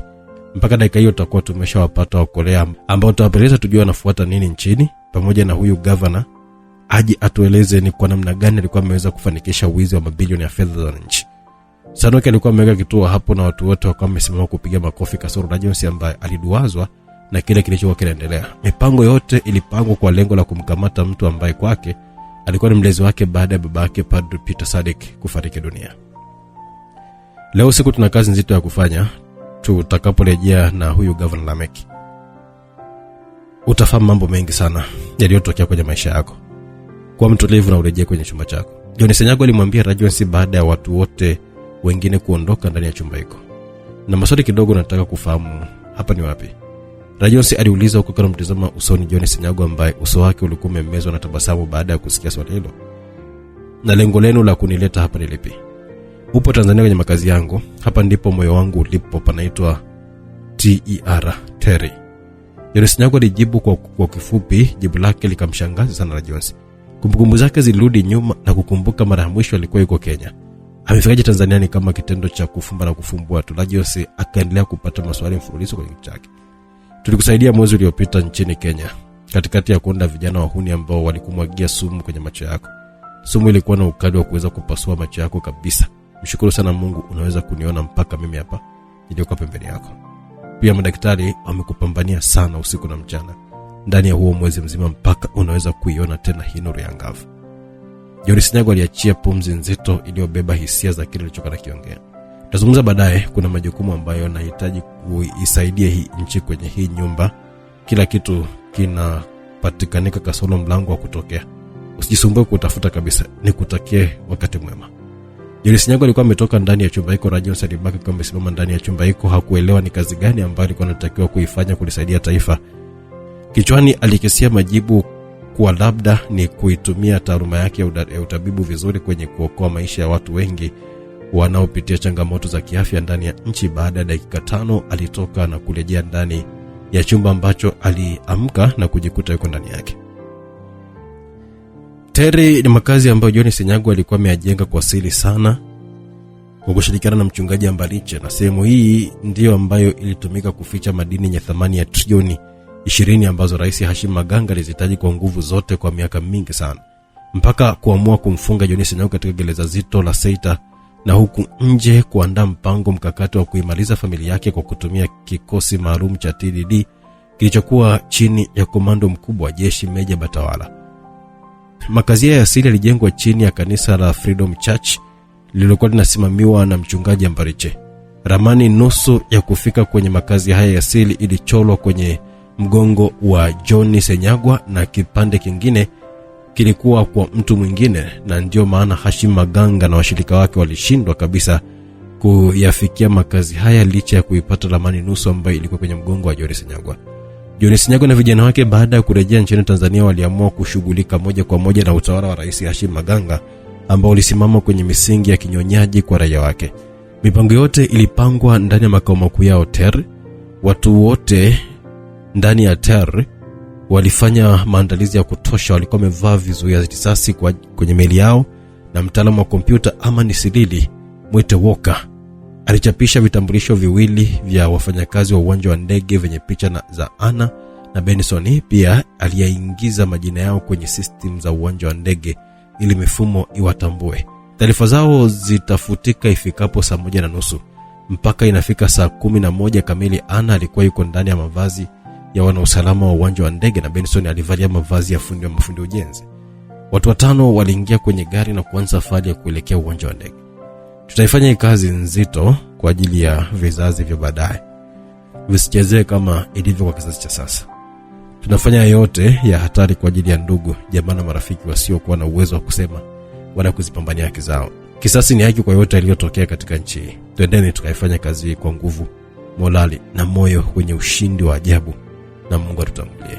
Maneno ya John Sinyagu yalipenya kwa kila sikio la watu wote wale watano. Hamna shauku ya kuifanya kazi iliongezeka zaidi. Gari iliongozwa ndani ya makazi ya siri ya John Sinyagu Terry. Watu wote wakaendelea kufikiria namna jinsi watakavyokuwa wameifanya kazi hiyo kwa usahihi na kwa kuzingatia maelekezo kutoka kwa mtaalamu Sanok.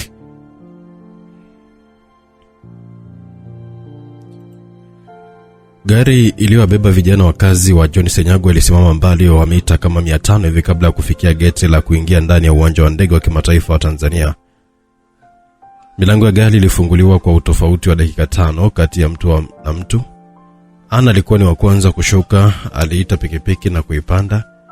Alifuata besi na kashuka kwa kukimbia. Kuliwahi kundi la mafundi ujenzi ambao walikuwa wanatembea kwa mguu.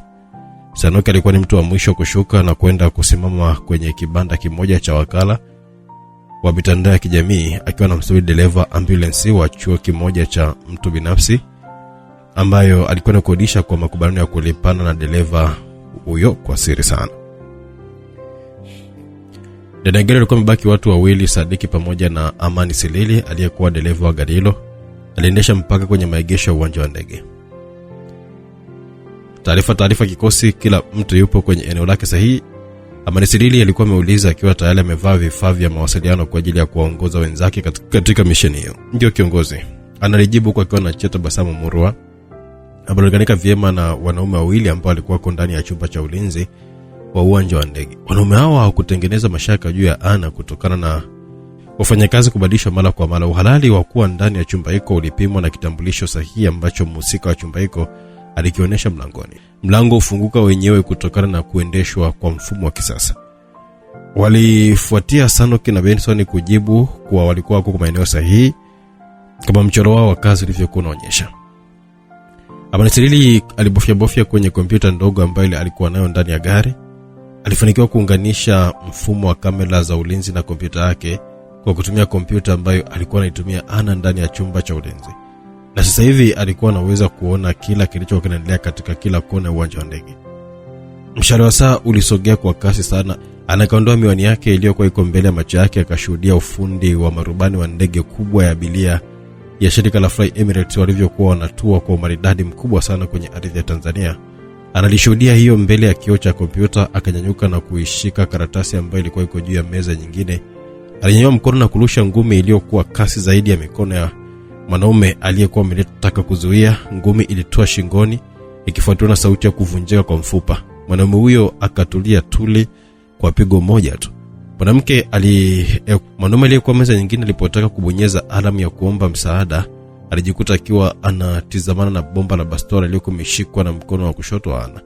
Mwanaume alikuwa anatetemeka kwa hofu ya kufanywa kitu kibaya kama kilichofanywa mwenzie. Anakamsogelea na kumwekea mdomo wa bastola kwenye paji la uso. Mwanaume alikuwa na hema kwa nguvu sana kama mtu aliyekosa hewa. Ana alishusha bastola chini kidogo na kuipigisha kwenye shingo ya mwanaume huyo. Sekunde moja tu alikuwa ameshalegea akiwa amezimia. Analiposha jicho kwenye kompyuta, alimuona mhudumu wa ndege wa kwanza akishuka chini baada ya mlango wa ndege kufunguliwa kwa ajili ya watu kushuka. Alisubiri watu 5 washuke ndipo akabonyeza mara 3 button iliyokuwa inawasha kingora cha hatari ya moto. Kisha alitoka nje ya chumba hiko baada ya kufuta rekodi zote za namna jinsi alivyokuwa ameingia uwanja wa ndege. Watu ndani ya uwanja wa ndege walianza kukimbia hovyo hovyo kuokoa maisha yao. Kila mtu alipokuwa amejenga taswira kichwani mwake namna jinsi kifo cha moto kilivyokuwa cha kutisha, hofu ya kifo ikamfanya aongeze mwendo wa kukimbia kutoka nje ya uwanja wa ndege. Sauti ya kingora ilimfanya Benson aweke koleo lake chini. Alipokuwa anachanganya mchanga na simenti na kukimbilia sehemu ambayo ndege husimama ili abiria washuke. Alipokuwa ametupa macho yake upande wa pili, aliona ambulance inakuja kwa kasi sana eneo hilo. Hey, you Asians, the whole airport building is on fire. Please get in the ambulance for your safety. akimwonyesha kwamba nyenye watu wa Asia, jengo zima la uwanja wa ndege linawaka moto, tafadhali ingieni kwenye ambulance hapa kwa ajili ya usalama wenu. Benson akaongea maneno hayo kwa nguvu na kwa sauti ambayo aliamini kwamba itawafikia Choi Jin-soo na Kang Song-ju, ambao walikuwa wamesimama wasielewe ni wapi pa kukimbilia. Walitupa macho kuitazama ambulance ambayo ile alikuwa na Sanoki akiwapungia mkono kwa nguvu sana waelekea kwenye ambulance. Wakolewa walirudisha tena macho yao kumtazama Benson aliyekuwa anawakaribia. Kwa pamoja walichomoa bastola zao na kufiatua risasi upande wa Benson. Ingawa ilicheza kwenye akili zao, walijua kabisa kwamba kuna mchezo mbaya ulikuwa unachezwa. Kabla ya kuja Afrika, walishatumia muda wao kusoma mambo mengi sana kigaidi na utekaji yanayotokea katika nchi za Kiafrika. Au kutaka kuingia kwenye mikono ya watu wabaya, walianza kukimbia kwenda upande mwingine wa uwanja wa ndege, huku wakiwa wanageuka na kufiatua risasi kuelekea kwa Benson aliyekuwa anawafuata kwa kasi sana. Benson alipiga ukunga wa maumivu baada ya kupigwa risasi ya mkono. Walinzi wa chifu waliongezeka na kuongeza mashambulizi kuelekea kwa Benson ambaye alikuwa amepunguza mwendo wa kuwafuata wa Korea. Sanoki aliendesha kwa kasi ambulance mpaka karibu na Benson. Benson alipanda na wao kutimua zao. Hakuona nafasi ya kuweza kuwapata Choi Jin-soo na Kang Sok-ju kutokana na Wakorea hao kuongezewa ulinzi kutoka vijana wa chifu. Sadik alitoka nje ya gari la haraka, na baada ya kumwona chifu akija haraka eneo la kuegeshea magari tena akiwa peke yake, Sadik alimtokezea na kusimama mbele yake huku akiwa anapiga makofi. Chifu akashtuka baada ya kuona kuna mtu alikuwa amesimama mbele yake. Hakuona wema hata kidogo kwa mtu huyo.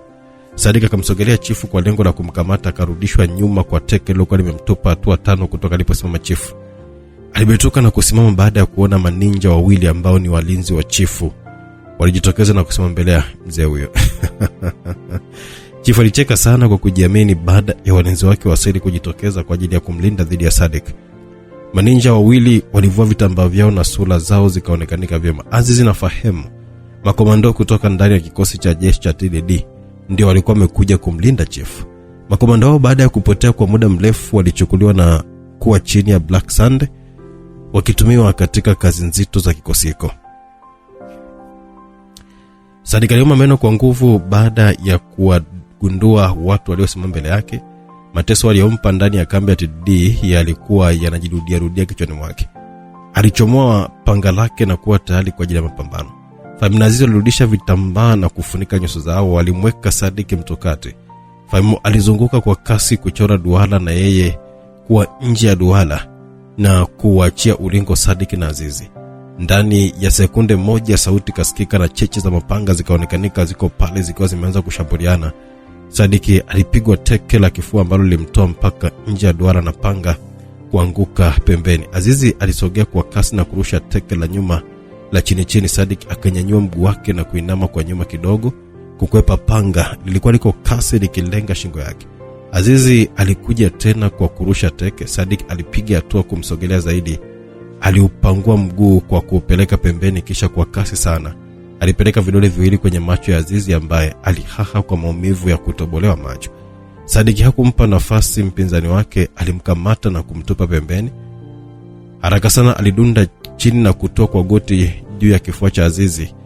Damu nyingi zilimtoka puani na mdomoni bwana Azizi. Sadik alizungusha kwa nguvu shingo ya Azizi na hapo ukawa ndio mwisho wa komando huyo. Komando Fahemu alikuja kuwasila kama mboga aliyejeruhiwa na risasi ya gobole ya jangili. Fahemu alipeleka panga lake. Sadik alinama na kujitupa pembeni ya mwili wa Azizi. Alichukua panga na kujiweka tayari kwa kupambana na Fahemu ambaye alikuja kwa kasi kushambulia. Chifu baada ya kuona mlinzi wake mmoja yuko chini amepoteza maisha, alitoka kukimbia kuelekea kwenye gari. Amani Silili alitoka kwenye gari akiwa ameshika bastola. Hakuwa mpambanaji mzuri, hivyo alitaka kuitumia bastola yake kumzuia chifu asikimbie. Chifu alipohisi anafuatiliwa alisimama na kunyosha. Chifu alipohisi anafuatiliwa alisimama na kunyosha mikono na kumpa kisogo Amani Silili aliyekuwa amesimama hatua chache nyuma yake. Chifu alichomoa bastola yake na kufiatua risasi mbili ambazo zilitoa kwenye kifua cha Amani Silili. Mtaalamu wa kompyuta alikwenda chini mzima. Chifu aliingia kwenye gari na kuondoka kwa kasi. Sadik alipotupa jicho lake pembeni na kuona Amani Silili alivyokuwa ameanguka chini, alipata hasira zaidi. Fahemu alipopeleka panga, Sadik aliudaka mkono wa Fahemu ulioshika panga, kisha alipeleka teke la mguu wa kulia ambalo lilitoa kwenye tumbo, kisha aliupendisha mguu juu na kupiga kidevu cha Fahemu.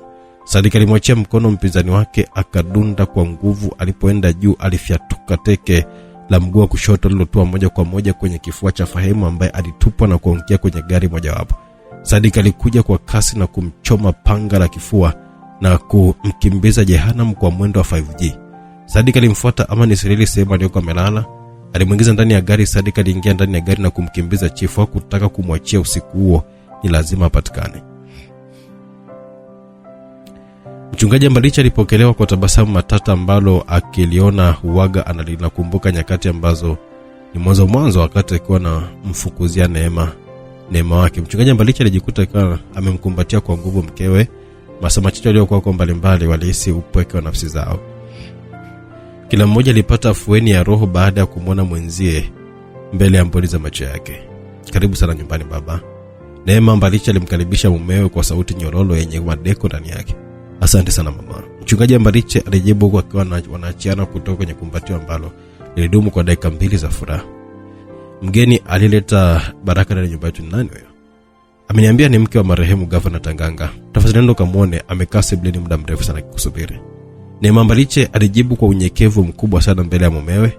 Kisha aliaga kwa kuwa anaelekea jikoni kwenda kufanya maandalizi ya chakula cha usiku. Licha ya kuwa na cheo kikubwa cha uspika wa bunge, Neema hakuacha kufanya majukumu yake ya msingi kama mama wa familia. Mchungaji Mbarichi alielekea sebleni ambapo alimkuta mgeni wake akiwa amemezwa na kina kirefu sana cha usingizi kwenye moja kati ya kochi. Mchungaji Mbarichi alimkatiza kwa sekunde kadhaa. Aligundua kwamba mgeni wake alikuwa na uchovu mzito na ndio maana alikuwa amelala na kutoa sauti ya kukoroma. Hakutaka kumsumbua kwa kumwamsha. Alitupa macho yake pembeni ya kochi aliyokuwa amekaa mgeni. Ana kitabu chenye mfuko uliokuwa umechakaa na kuruhusu mawe madogo madogo yaliyokuwa yanang'aa kama madini kuanguka kupitia matundu ya mfuko. Mchungaji Mbarichi alivutiwa sana na kitabu hicho. Upenzi wake wa kusoma vitabu vingi ulimtoa mate kwa kutamani kufungua kitabu hiko na kuona kile ambacho mwandishi wake alikuwa amekiandika. Lakini roho nyingine ikamkataza kufanya hivyo. Huko ni kwenda nje ya mipaka ya uaminifu wake. Aliamua kwenda ndani ambako angesubiri mpaka pale mgeni wake atakapoamka, ndipo angeomba kukisoma kitabu hiko. Alikaa ndani lisali moja likiwa limekatika, akarejea na kumkuta mgeni wake kama ameshamka. Pole sana na uchovu wa usingizi, pia karibu sana nyumbani kwangu. Mchungaji Mbarichi alimkaribisha mke wa Governor Tanganga na yeye kwenda kukaa kwenye kochi jingine. Shukrani sana Mchungaji Mbarichi. Mke wa Governor Tanganga alijibu kwa kana nyosha viungo vyake kuondoa hali ya uchovu na usingizi. Nimefika kwako kutekeleza maagizo ambayo aliniachia mume wangu kabla hajafa, na alinisisitiza kwamba ni muhimu sana mimi niyatimize. Ni majukumu gani hayo mpendwa? Mchungaji Mbarichi alikuwa ameuliza kwa sauti ya upole yenye kumuondoa hofu mgeni wake azungumze pasipo tatizo lolote lile. Ni kuhusu hiki kitabu hapa. Alisema kwamba ni muhimu sana kuliko hata maisha yake. Alinisii sana nikikabidhisha mikononi mwa John Senyagu kwa sababu ni Governor Tanganga. Kabla hajamaliza kauli yake, alimwona Mchungaji Mbarichi akiweka kidole mdomoni kusitisha asiendelee kuongea kile ambacho anataka kusema.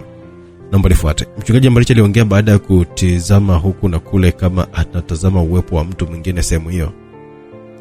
Baada ya kujilizisha hakuna mtu wa tatu aliyokuwa amewasikia, alinyanyuka na kuelekea kwenye ofisi yake ndogo iliyokuwa ndani ya chumba. Nyuma alifuatiliwa na mke wa Governor Tanganga. Mchungaji Mbarichi alifunga mlango na mapazia. Taarifa ulizozileta ni muhimu sana. Hapaswi mtu mwingine kuzisikia zaidi yetu. Hebu naomba nieleze kile ambacho umeniletea nyumbani kwangu.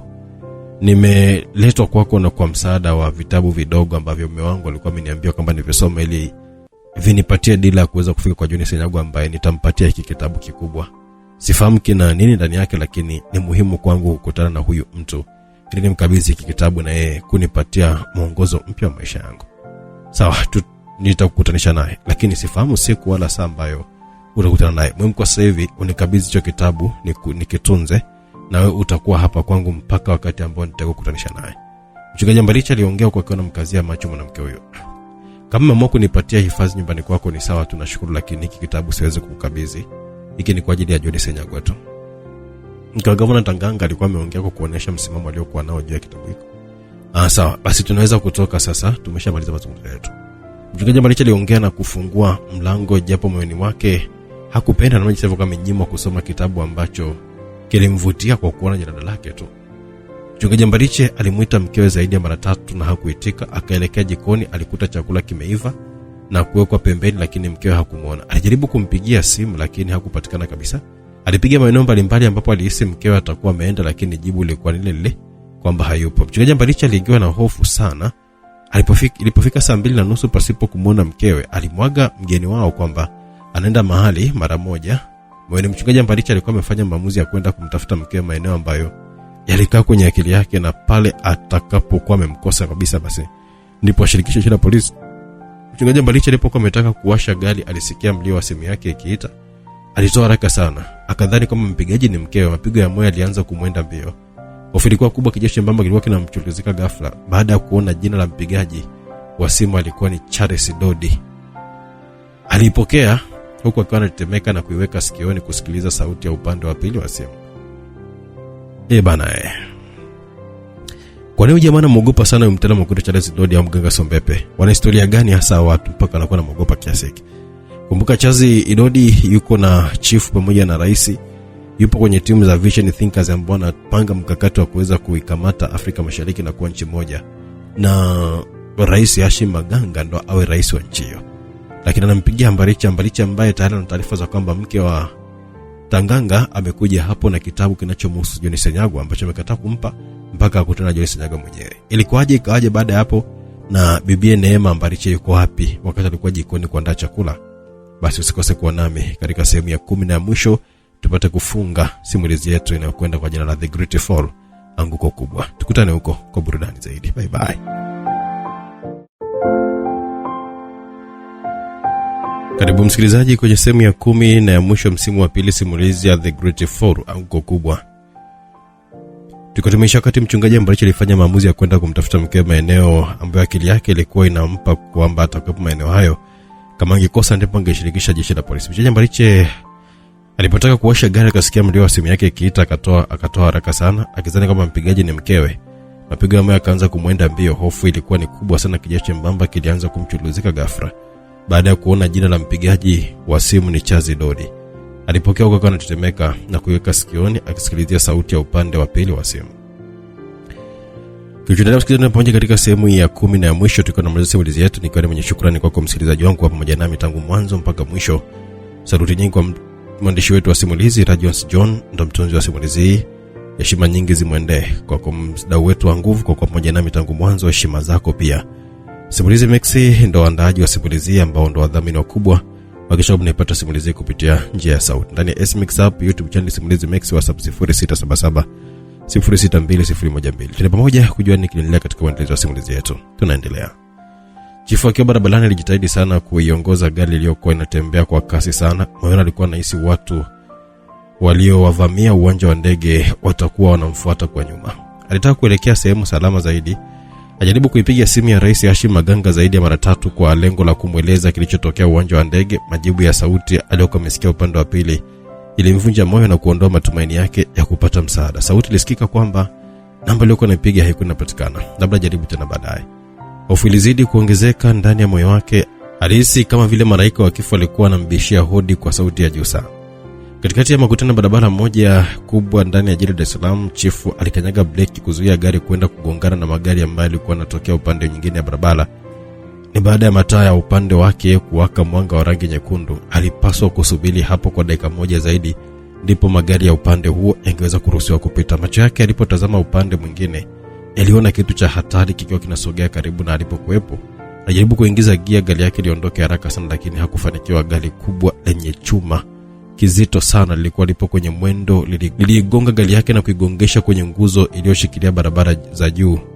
Kishindo kizito kilisikika cha gari kujibamiza kwenye nguzo nzito iliyojengwa kwa zege imara kwelikweli. Dereva alivalia kinyago cha sura ya ndege tausi. Alidhamiria kummaliza kabisa chifu ambaye alikuwa ndani ya gari hilo, kwani alirudisha gari lake nyuma na kwenda mbele kulibamiza gari la chifu kwa awamu nyingine. Gari ya chifu ilikuwa imebonyeka bondeka vibaya na vioo vilikuwa vimevunjika.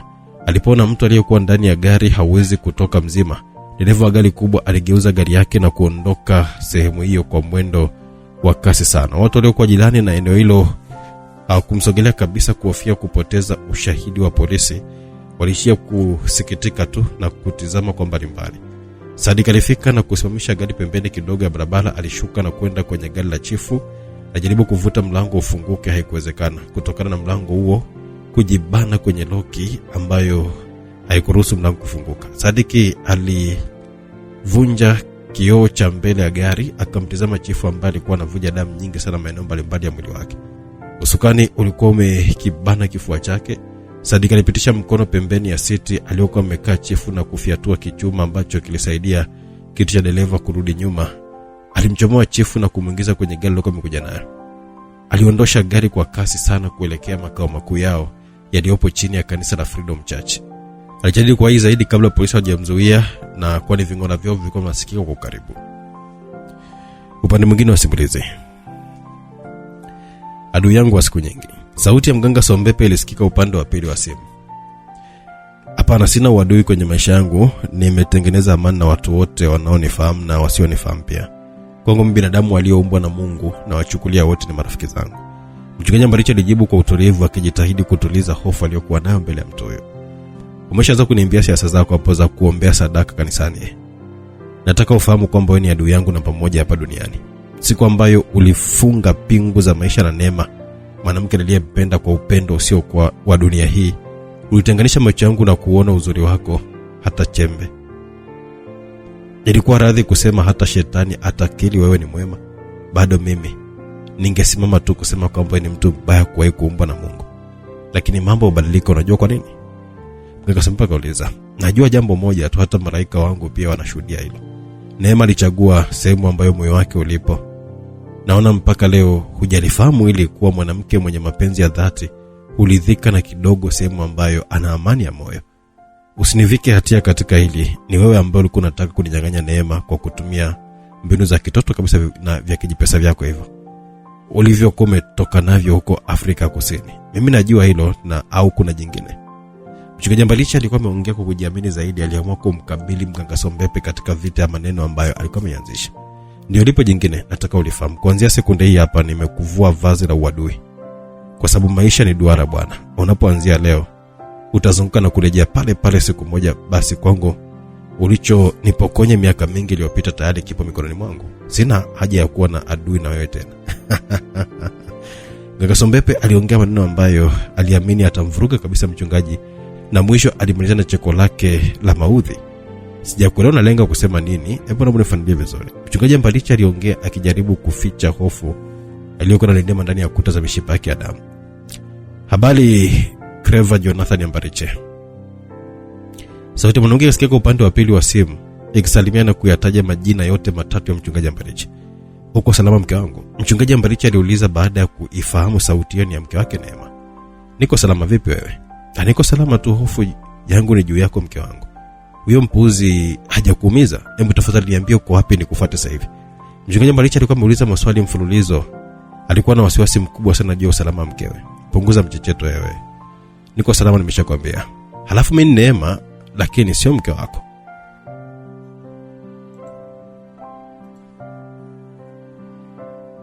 Tulia kijana wangu.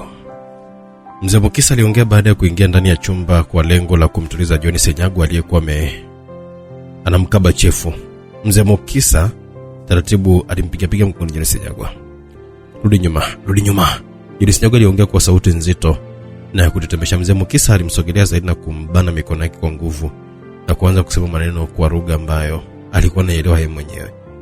Kwa maneno hayo alihitaji kutuliza nguvu za John Senyagwa zisifikie kiwango cha juu zaidi. John Senyagwa alimwachia chifu na kuanza kuzunguka kwa kasi sana kila alipokuwa anasikia maneno yakisemwa na Mzee Mukisa ambaye alizunguka naye hakumwachia hata sekunde, japo nguvu za John Senyagwa zilimnyanyua juu. John Senyagwa alizunguka kwa dakika 5 mpaka alipokuwa ameishiwa nguvu na kuanguka chini.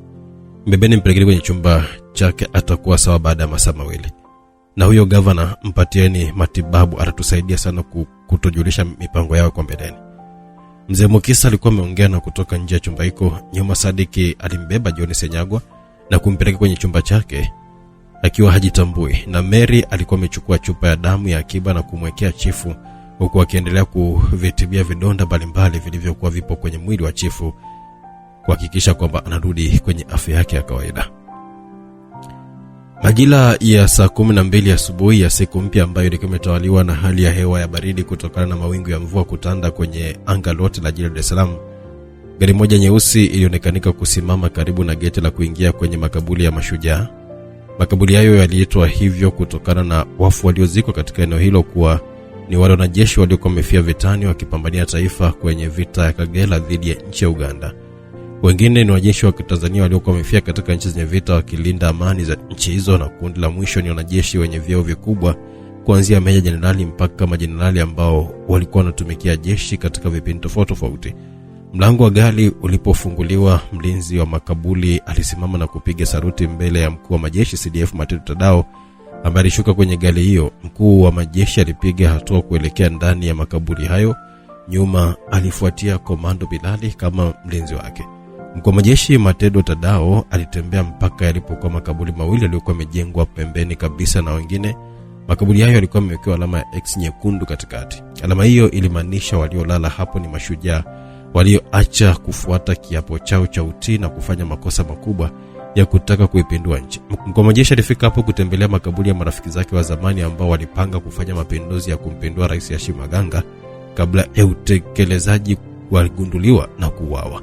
Mkuu wa majeshi alipiga magoti katikati ya makaburi hayo pasipo kujali kuchafua nguo zake kwenye udongo wa eneo hilo uliokuwa umelowana kwa mvua kubwa iliyokumenyesha usiku uliopita. Ingelikuwa rahisi sana kuzuia kinachotokea hivi leo kwenye nchi tulioachiwa urithi na baba zetu. Tungedhibiti mambo yote maovu yanayoendelea kutokea. Rushwa, ufisadi, uongozi mbaya, vijana hawana ajira, uchumi unaporomoka, vyote hivi ni tatizo sugu kwetu na vimeweka makao kwenye nchi yetu. Tungeweza haya yote endapo kama ningewasikiliza na kukubali ombi ambalo mlikuwa mmelileta kwangu. Moyo wangu unatiririka maumivu sana. Naomba mnisamehe kwa kitu ambacho nilikifanya zamani. Ikiwa ipo ahadi ya kukutana tena, basi nitapiga tena magoti mbele yenu kuwaomba radhi.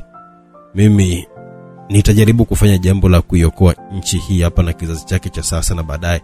Na endapo kama nitashindwa, basi ndugu zangu, mtanipokea nipumzike pamoja na ninyi. Mkuu wa majeshi Matedo Tadao aliweka ahadi mbele ya makaburi na alikuwa mguu upande mguu sawa kwenda kufanya jambo la kuitetea kizazi ambacho aliona kimeelemewa na mizigo mizito na nchi imekosa dira ya pamoja. Upande mwingine wa simulizi. Siku ya jana ilikuwa ni siku ya ushindi sana kwetu. Naweza kusema mbele yenu na kuambia kwamba tumefanikiwa kuishika nchi ya Uganda kwa mapinduzi ya kijeshi yaliyofanyika jana chini ya mwenzetu Dennis Katimba na kukamilisha robo tatu ya kazi yetu. Hiyo ni taarifa ya kwanza na nzuri sana kwa upande wetu. Rais Hashim Maganga aliweka kituo hapo na kupisha makofi ya furaha kumepigwa na washirika wake wa karibu waliokuwa wakifanya kikao chao kizito ndani ya makazi yao ya siri yaitwayo Indigo. Wao walikuwa wanayaita zaidi kama mwisho wa upepo. Taarifa pili ni kuwa wataalamu wawili wa kujenga vinu vya nyuklia tayari wapo kwenye ardhi ya Tanzania. Siku 3 mbeleni wataanza kazi yao kule na Mtumbo Ruvuma. Na fedha za kuanza kazi hiyo zipo tayari zimepatikana. Makofi mengine yakasikika. Yalifuatiwa na milio ya glass ziko zinagongwa. Cheers. Kwao ilikuwa ni furaha kubwa sana kuziweka nchi mbili za Tanzania na Uganda chini ya miguu yao. Mwani mwangu nimefurahi sana kwa hizi taarifa mbili za leo. Niwapongeze ninyi nyote kwenye huu umoja wetu wa miaka mingi wa Vision Thinkers. Kila mmoja amepambana kwa namna moja ama nyingine kufanikisha hili na leo ambalo wote tunaliita fanikio letu. Neema Mbaliche aliongea huku akiwa anavua kinyago cha ndege tausi alichokuwa amekivaa kwa miaka mingi kila alipokuwa nakutana na washirika wenzie. Neema Mbaliche alikuwa ni kiungo muhimu sana kwenye kufanikisha mipango yao. Uwepo wake bungeni kama spika wa bunge ndio ilikuwa ni tiketi ya kumongezea nguvu na madaraka makubwa Rais Hashim Maganga kwenye uongozi wake. Lakini pongezi hizo ziambatane na sisi wote kujua ni kipi ambacho tunakishikilia mpaka sasa hivi.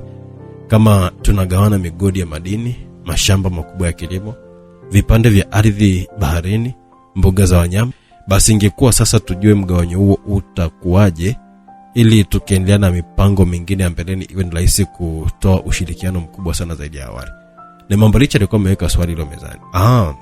Kwani kuna yote ambaye ana wasiwasi juu yangu? Basi kama yupo napaswa kuondoa kabisa. Mimi na ninyi tumetoka mbali sana. Tumekwepa mishale mingi na sasa hivi ni wakati wetu wa kuweza kuvuna kile ambacho tulichokipanda kwa miaka mingi sana. Kwenye mgawanyo wetu kuna mabadiliko kidogo ambayo hayawezi kumwathiri yote yule. Rais Hashim Maganga aliongea kujaribu kurejesha imani kwa washirika wake wasiwe na wasiwasi wote juu yake. Mabadiliko gani tena hayo? Enoki Sandiwe aliuliza. Enoki Sandiwe mwanajeshi mtoro wa jeshi la nchi ya Burundi ambaye aliishi nyuma ya kinyago cha sokwe kwa miaka mingi sana, akisomea kikosi na shughuli zote za Black Sand kwenye makao makuu yao ya muda mrefu Indigo, na ndiye aliyekuwa amewahi kufanikisha utekwaji wa Neema Mbaliche na kuja kumhifadhi kwa muda ndani ya makao yao, ikiwa ni mipango mikubwa iliyokuwa imesukwa kwenye umoja wao wa Vision Thinkers kupenyeza mizizi yao kwenye serikali na kufanikisha mipango yao. Kwenye mmoja wetu ameongezeka mtu mwingine wa 5. Huyu tutamjumuisha mpaka kwenye mipango yetu ya sasa hivi na baadaye, kwa sababu anaijua kazi yetu na ana umuhimu mkubwa sana kwetu, na yeye atapata sawasawa na kile ambacho sisi tutakipata. Huyu mtu ni Mganga Sombepe. Naomba ndugu zangu, tukipokea hiki kiungo kingine cha umoja wetu na mgawanyo wetu utakuwa wa namna hii. Rais Hashim Maganga aliongea na kuchukua glasi ya waini kupoza koo lake. Waliomsikiliza walikuwa na shauku ya kujua kile ambacho kila mtu atajipatia kwenye keki kubwa ya nchi hizo mbili ambazo zilikuwa chini yao. Nitagawanya kwanza upande wa Tanzania, kwa upande wa Uganda tutagawana siku zinazofuata. Neema Mbaliche utachukua 80% za mapato yanayopatikana bandarini pamoja na shughuli zinazofanywa kwenye bahari yote ya Hindi. Enoki Sandiwe utachukua migodi miwili ya madini ya Tanzanite na dhahabu kule Arusha na Geita. Lameck Mbilu, yani chief, japo hatuko naye hapa, bado tunaendelea kutafuta mawasiliano yake, yeye atachukua 80% ya gesi inayochimbwa mkoani Mtwara. Na mwisho Mganga Sombepe utachukua mapato 80% yanayopatikana kwenye mlima wa Kilimanjaro na mbuga za Serengeti na Ngorongoro. Na mwisho sehemu zilizobaki zitakuwa ziko chini yangu mimi kama kiongozi wa maeneo yote mawili. Kuna yote mwenye swali katika hilo? Maneno pasipo matendo ni sawa na bure. Hebu naomba tupatiwe hivi vitu kupitia maandishi kiongozi. Neema Mbaliche aliongea. Hati za umiliki na taratibu zote ziko tayari. Nawapatia mjaze ili kila mtu aanze kushughulika na jambo lake haraka sana. Rais Hashim Maganga ameweka mezani karatasi za hati, kila mtu alikuwa amechukua karatasi yake na kuijaza inayomhusu kupokea mgao huo. Rais Hashim Maganga naye alisaini kuweka makubaliano ya kuwapatia watu hao maeneo ya muhimu kwa nchi ya Tanzania. Leo tutaenda Tanzania bara kukutana na hawa wakolea kwa mambo ya nyuklia. Nitakaporejea tutaweka mipango na mikakati mipya kuweza kumalizia kazi kule nchini Kenya. Japo mshirika wetu wa karibu Twalibu Oshilindi ameshafariki, bado tunayo kazi ya kuweza kufanya mpaka tuipate ile nchi. Au mnasemaje ndugu zangu? Neema Mbaliche alianza kucheka kwa sauti ya juu sana. Wenzake walimtazama wasielewa anacheka nini. Walisubiri kwa sekunde kadhaa amalize cheko lake. Hakuna sehemu ambayo utaenda leo. Kila mlivyo navyo vyote vitakuwa chini yangu mimi kuanzia sasa. Neema Mbaliche alikuwa ameongea akiwa mwenye uso usiokuwa na tabasamu hata kidogo, na alionyesha kumaanisha chochote anakisema. Unaongea nini Neema? Nahisi unifahamu vizuri wewe. Utafanya nini na jeuli yako iko wapi wewe? Nitakufungia hapa Indigo na hakuna mtu wa nje ya hapa atakaye kuja kukuona tena. Nafanya hivyo kukata shombo ya maneno yako machafu unayoongea hapa sasa hivi. Rais Hashim Maganga alikuwa ameongea kwa sauti kali yenye hasira. Alishakasirishwa na maneno ya Neema Mbaliche ambaye aliona kama vile amemdharau. Hashim Maganga alibonyeza kitufe kilichokuwa pembeni ya sare yake amevaa mkononi kuwaita walinzi wake wawili wenye uwezo mkubwa sana. Enoki Sandiwe, msimamizi wa kambi, kupitia kifaa cha mawasiliano alichokuwa amekivaa sikioni, aliwaita walinzi wengine. Ndani ya sekunde walinzi zaidi ya 50 wenye silaha walikuwa wako ndani ya chumba hicho. Mkamateni yule pale. Kamfungeni minyororo kichwa chini miguu juu. Rais Hashim Maganga alikuwa ametoa amri kwa kumnyoshia kidole Neema Mbaliche. Kabla wanaanza kumsogelea Neema Mbaliche alipokaa, walihisi shoti kipiga mikono yao. Hawakuwa wamezishika silaha zao. Silaha zote zilikuwa ziko chini ya miguu ya Mganga Sombepe, ambaye alitumia nguvu zake za kiganga kwa kukunja vidole vyake na kuzivuta silaha zote. Walinzi wote walihamaki na kurudi nyuma kwa kitendo hicho ambacho hakikuwa cha kawaida. Enoki Sandiwe alichomoa bastola yake na kutaka kufyatua risasi kuelekea kwa Neema Mbaliche. Mganga Sombepe alimwahi kwa kuchukua bunduki na kumiminia risasi nyingi sana ambazo ziliuchakaza kabisa mwili wa Enoki Sandiwe na kusitisha safari ya maisha ya mwanajeshi huyo mtolo wa jeshi la nchini Burundi. Uwezo wa kukata shingo zenu wote pasipo ninyi kujielewa tunao, lakini hatutaki kufanya mauaji ya watu wengi namna hii. Mmeishi kwenye hiki kisiwa kwa miaka mingi sana kama wanyama wa kufugwa. Nataka kuwatangazia uhuru nyinyi nyote kuanzia sasa hivi. Kama mtakubali kuniunga mkono, mkamateni wa Hashim Maganga, muwe huru kwa nafsi zenu. na tutengeneze pesa ndefu zaidi ambayo mmewahi kuishika awali. Maneno ya Neema Mbaliche yalitimizwa kwa vitendo. Walinzi waliogopa kuziacha shingo zao kwa kifo cha miujiza. Walimkamata Hashim Maganga na kwenda kumfungia kwenye chumba maalum ya kuhifadhia mateka wa kambi hiyo. Hashim Maganga aliwasihi sana walinzi wamwachie, lakini hakuna ambaye alikuwa amemsikiliza. Walimbeba juu na kumsindikizia makonde ya kumtuliza asipige kelele zaidi. Walinzi walimfunga kichwa chini miguu juu. Mbwa aliyowafuga kwa miaka mingi sana walikuwa na mzuru bwana wao. Rais Hashim Maganga ndani ya dakika chache alipoteza kila kitu alichokipambania kwa damu na jasho kwenye maisha yake yote. Vitu vya thamani vya nchi tayari alikuwa ameshavigawa kwa watu hao ambao walimgeuka na kutaka kuvimiliki hivyo vyote. Neema Mbaliche na Mganga Sombepe walipandikiza utawala wao ndani ya kambi hiyo. Sauti yao pekee ndio ambayo ilikuwa na nguvu ya kutoa amri iliyosikilizwa na kufuatwa na askari wa kambi nzima. Waandae vijana 10 wenye uwezo zaidi ya wengine. Kuna kazi muhimu sana ambayo tutaenda kuifanya huko Tanzania bara usiku wa leo. Neema Mbaliche alikuwa ametoa amri kwa kiongozi mpya aliyokuwa amemchagua wa kambi hiyo. Umefanya kazi nzuri sana na kila kitu kipo chini yetu. Hongera sana kipenzi changu. Mganga Sombepe alitoa pongezi nyingi sana. Asante mpenzi. Wewe ndiye sehemu kubwa sana mafanikio haya. Sasa hebu twende huko tukapate nguvu ya kumchinja John Senyagwa na yeyote yule atakayesimama mbele yetu kutuzuia kuyapata madini huko kwenye makazi yao ya panya huko. Mganga Sombepe aliongea na kumbeba Neema Mbaliche kwenda naye kwenye moja kati ya chumba ndani ya jengo hilo. Baada ya masaa mawili ya kuwa ndani ya chumba hiko, wakatoka wakiwa wamejiandaa kwa kazi nzito ya kuifanya siku hiyo. Waliingia kwenye helikopta 2 ambazo ziliwatoa Indigo kuwapeleka Tanzania bara kwa lengo la kuvamia sehemu ambayo John Senyagwa aliyahifadhi madini ya thamani ya trilioni 20. Moto wa Mganga Sombepe na Neema Mbaliche ulichochewa kwa nguvu kwenda kumuunguza John Senyagwa na vijana wake. Upande mwingine wa simulizi. Nimekuletea hiki kitabu kutoka kwa Governor Tanganga. Amekileta mkewe.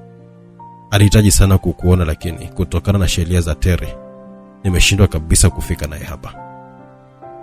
Panga mambo yako vizuri upate muda wa kuweza kuzungumza naye mbali na hapa. Mchungaji Mbaliche aliongea mbele ya John Senyagwa baada ya kuingia Tere.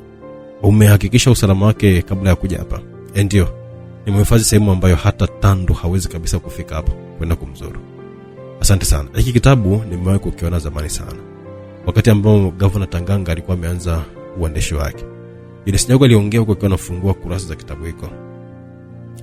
Nizangi kitabu kigeni mpaka kwenye macho yako. Sio mbaya, nataka kujua jambo. Jalada la kitabu lenye mfuko chakavu ulio ukidondosha madini lina uhusiano gani na kilichoandikwa ndani yake?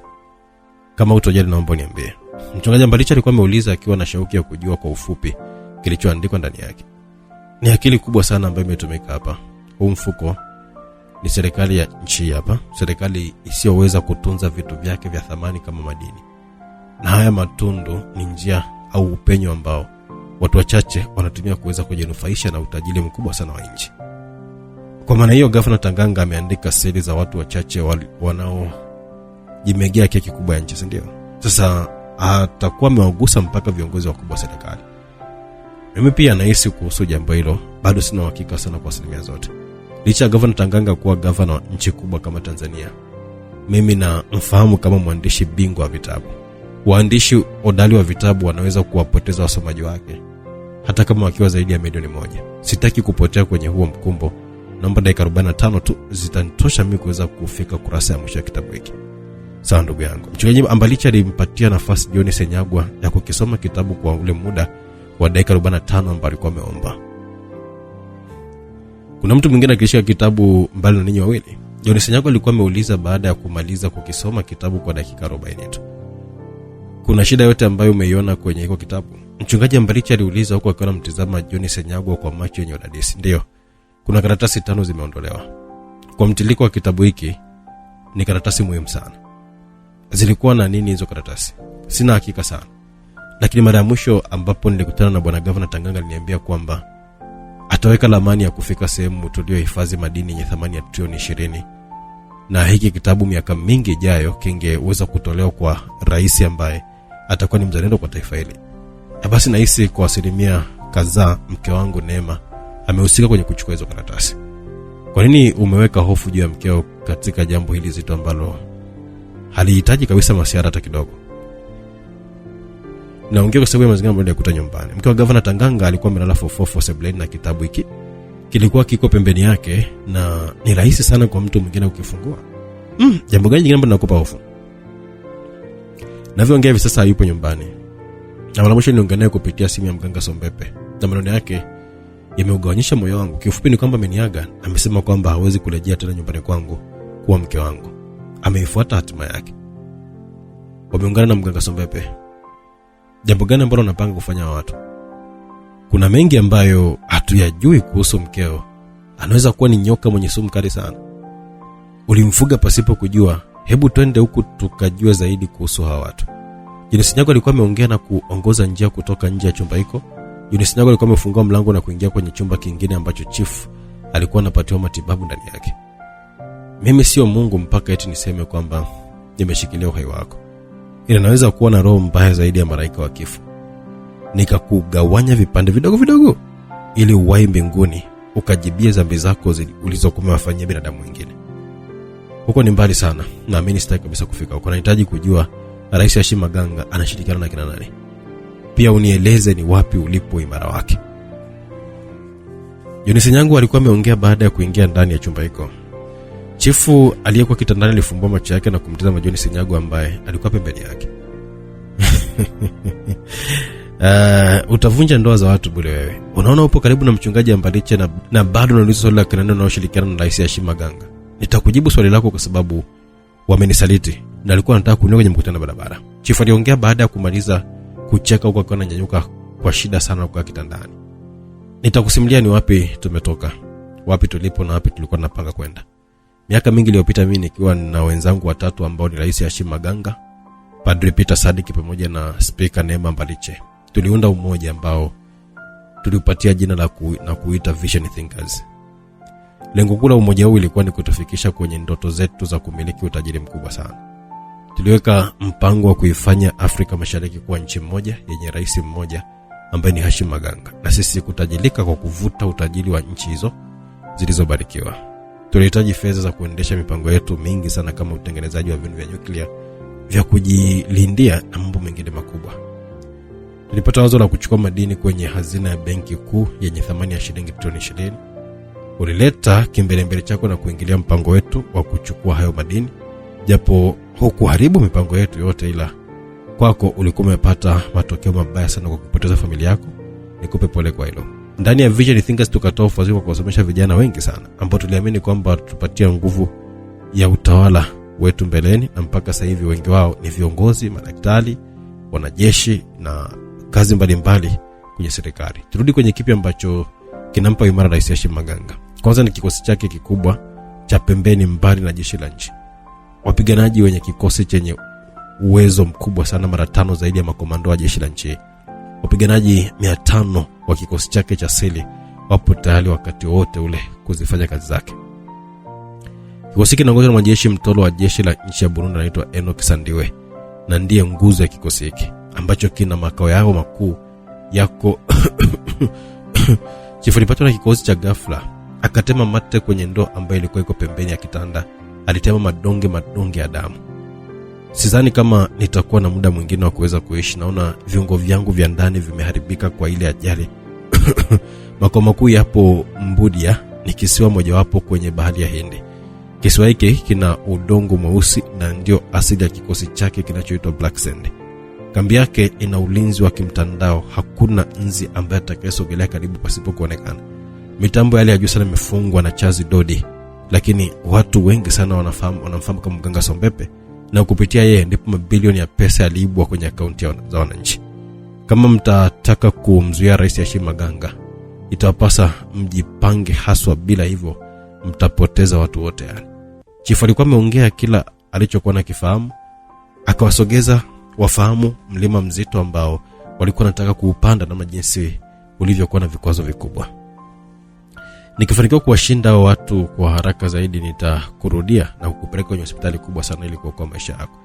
Eunice Nyago alikuwa ameongea na kuondoka kifuatiwa na mchungaji Ambaliche. Sasa walikuwa wamewafahamu washirika wa karibu wa Rais Hashim Maganga. Kwa mwendo wa haraka walifika kwenye chumba cha kompyuta. Ndani ya chumba hiko kulikuwa kuna mitambo ya kunasa taarifa za sehemu mbalimbali za nchi. Mitambo hii ilitumiwa na mtaalamu Amani Sileli kwa miaka mingi sana, na baada ya kupoteza maisha ilikuwa chini ya Ana ambaye alichota ujuzi kutoka kwa Amani Sileli. Waite wote wafike hapa, kuna jambo muhimu sana nataka kuzungumza na nyinyi. John Sinyago alikuwa amemwambia Ana ambaye alimkuta ndani ya chumba hiko, analitoka kuwaita wengine, na baada ya dakika 3 timu nzima ilikuwa imekaa kwenye viti wakisubiri kiongozi wao aongee kile ambacho alikuwa amewaitia. Kwa miaka mingi mmekuwa mkipigana nyuma ya mgongo wangu. Mmepoteza muda, mmewapoteza watu wenu wa karibu mliowapenda kwa dhati ya moyo wenu. Nawape pole kwa maumivu makali sana ambayo mnayapitia. Pia ni ombe radhi nyingi sana kwenu. Miaka 8 iliyopita nikiwa waziri mkuu wa nchi, mimi na Gavana Tanganga tulifanikiwa kuyaokoa na kuyaficha madini yenye thamani ya trilioni 20, na nimehifadhi mpaka dakika hii hapa. Na leo nimegundua adui amekuwa karibu sana kufahamu sehemu niliyoyaficha. Ni wazi kabisa kuna vita kubwa sana ambayo itakuja mbeleni kati yangu mimi na wao, kwani sitoruhusu hata mmoja wao aweze kushika hata kipande cha hayo madini.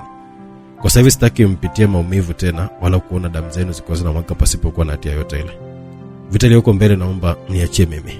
Nimejitoa sadaka kwa hili taifa. Nazungumza sasa hivi, naomba kila mtu achukue kitu kinachomfana aondoke kwenye hili jengo, akanena maisha yake akiwa mwenye afya na nguvu. Mpaka dakika zina katika hakuna ambaye alinyanyua mguu wake kutoka nje. Kiongozi, kwako ndipo yalipo makazi yangu ya hapa duniani, na hakuna sehemu ambayo nitaenda. Hii vita inanihusu pia. Ni heri mwili wangu uanguke chini ndipo wako ufuate. Nitapigana pembeni yako, Benson akaongea. Rafiki yangu wa miaka mingi, nafahamu jambo moja, kuishi na kufa yote hayo ni mipango ya Mungu wetu aliyetuumba. Kama aliwashindia manabii wa zamani vita mbalimbali, basi katika hii vita nitaongozana na wewe. Mungu atatushindia. Mchungaji Mbaliche naye hakutaka kuwa nyuma na kumwachia rafiki yake wa muda mrefu akapambane peke yake. Nilipotoka nilipo na nitakapokuepo nitapambana na wewe kiongozi. Tuwe tukaishinda hii vita yetu bana. Sadiki naye alikuwa tayari kupambana kwa ajili ya kiongozi wake. Kisasi ni haki kwa zile roho zilizotangulia pasipokuwa na hatia yote ile. Damu zao bado zinapiga kelele kwenye ardhi. Nitapambana mpaka mwisho kuwalipia kisasi mama na mdogo wangu na wengine waliotangulia mbele za haki. Tuwe tukapambane pamoja, shujaa wangu. Ana alionyesha utayari wa kuingia vitani. Tulianza muda mrefu bwana, twende tukakamilisha hili jambo mapema sana.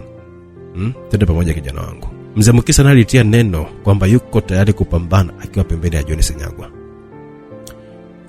Asanteni sana, moyo wangu umejawa na bujiko la furaha. Nimefurahi kwa sababu watu wengi sana mnahitaji kupambana kwa moyo tena mkiwa mko pembeni yangu. Lakini vita hii ni kubwa sana. Hatuwezi kupotea wote kwa pamoja endapo kama mambo yataenda tofauti kwa upande wetu. Nitawagawa kwenye makundi makubwa mawili. Hapa naomba mnisikilize vizuri sana. Kundi la kwanza mtaelekea sehemu salama, chumba namba 500. Ninyi mnapaswa kuishi kwa ajili ya kizazi cha baadaye. Kundi hili litakuwa na watu wafuatao: Sanok, Mary, Ruta, Ana, Rajons. Na kundi la pili nitakuwepo mimi, mzee wangu Mukisa, mchungaji Mbaliche, Sadiki na Benson. Sisi ndio ambao tutapambana na watu watakao kuja kutaka vita na sisi hapa. Naona mita 100 kutokea hapa kuna magari 4 yanakuja kwa kasi sana uelekeo. Hebu naomba kundi la kwanza lianze kuondoka.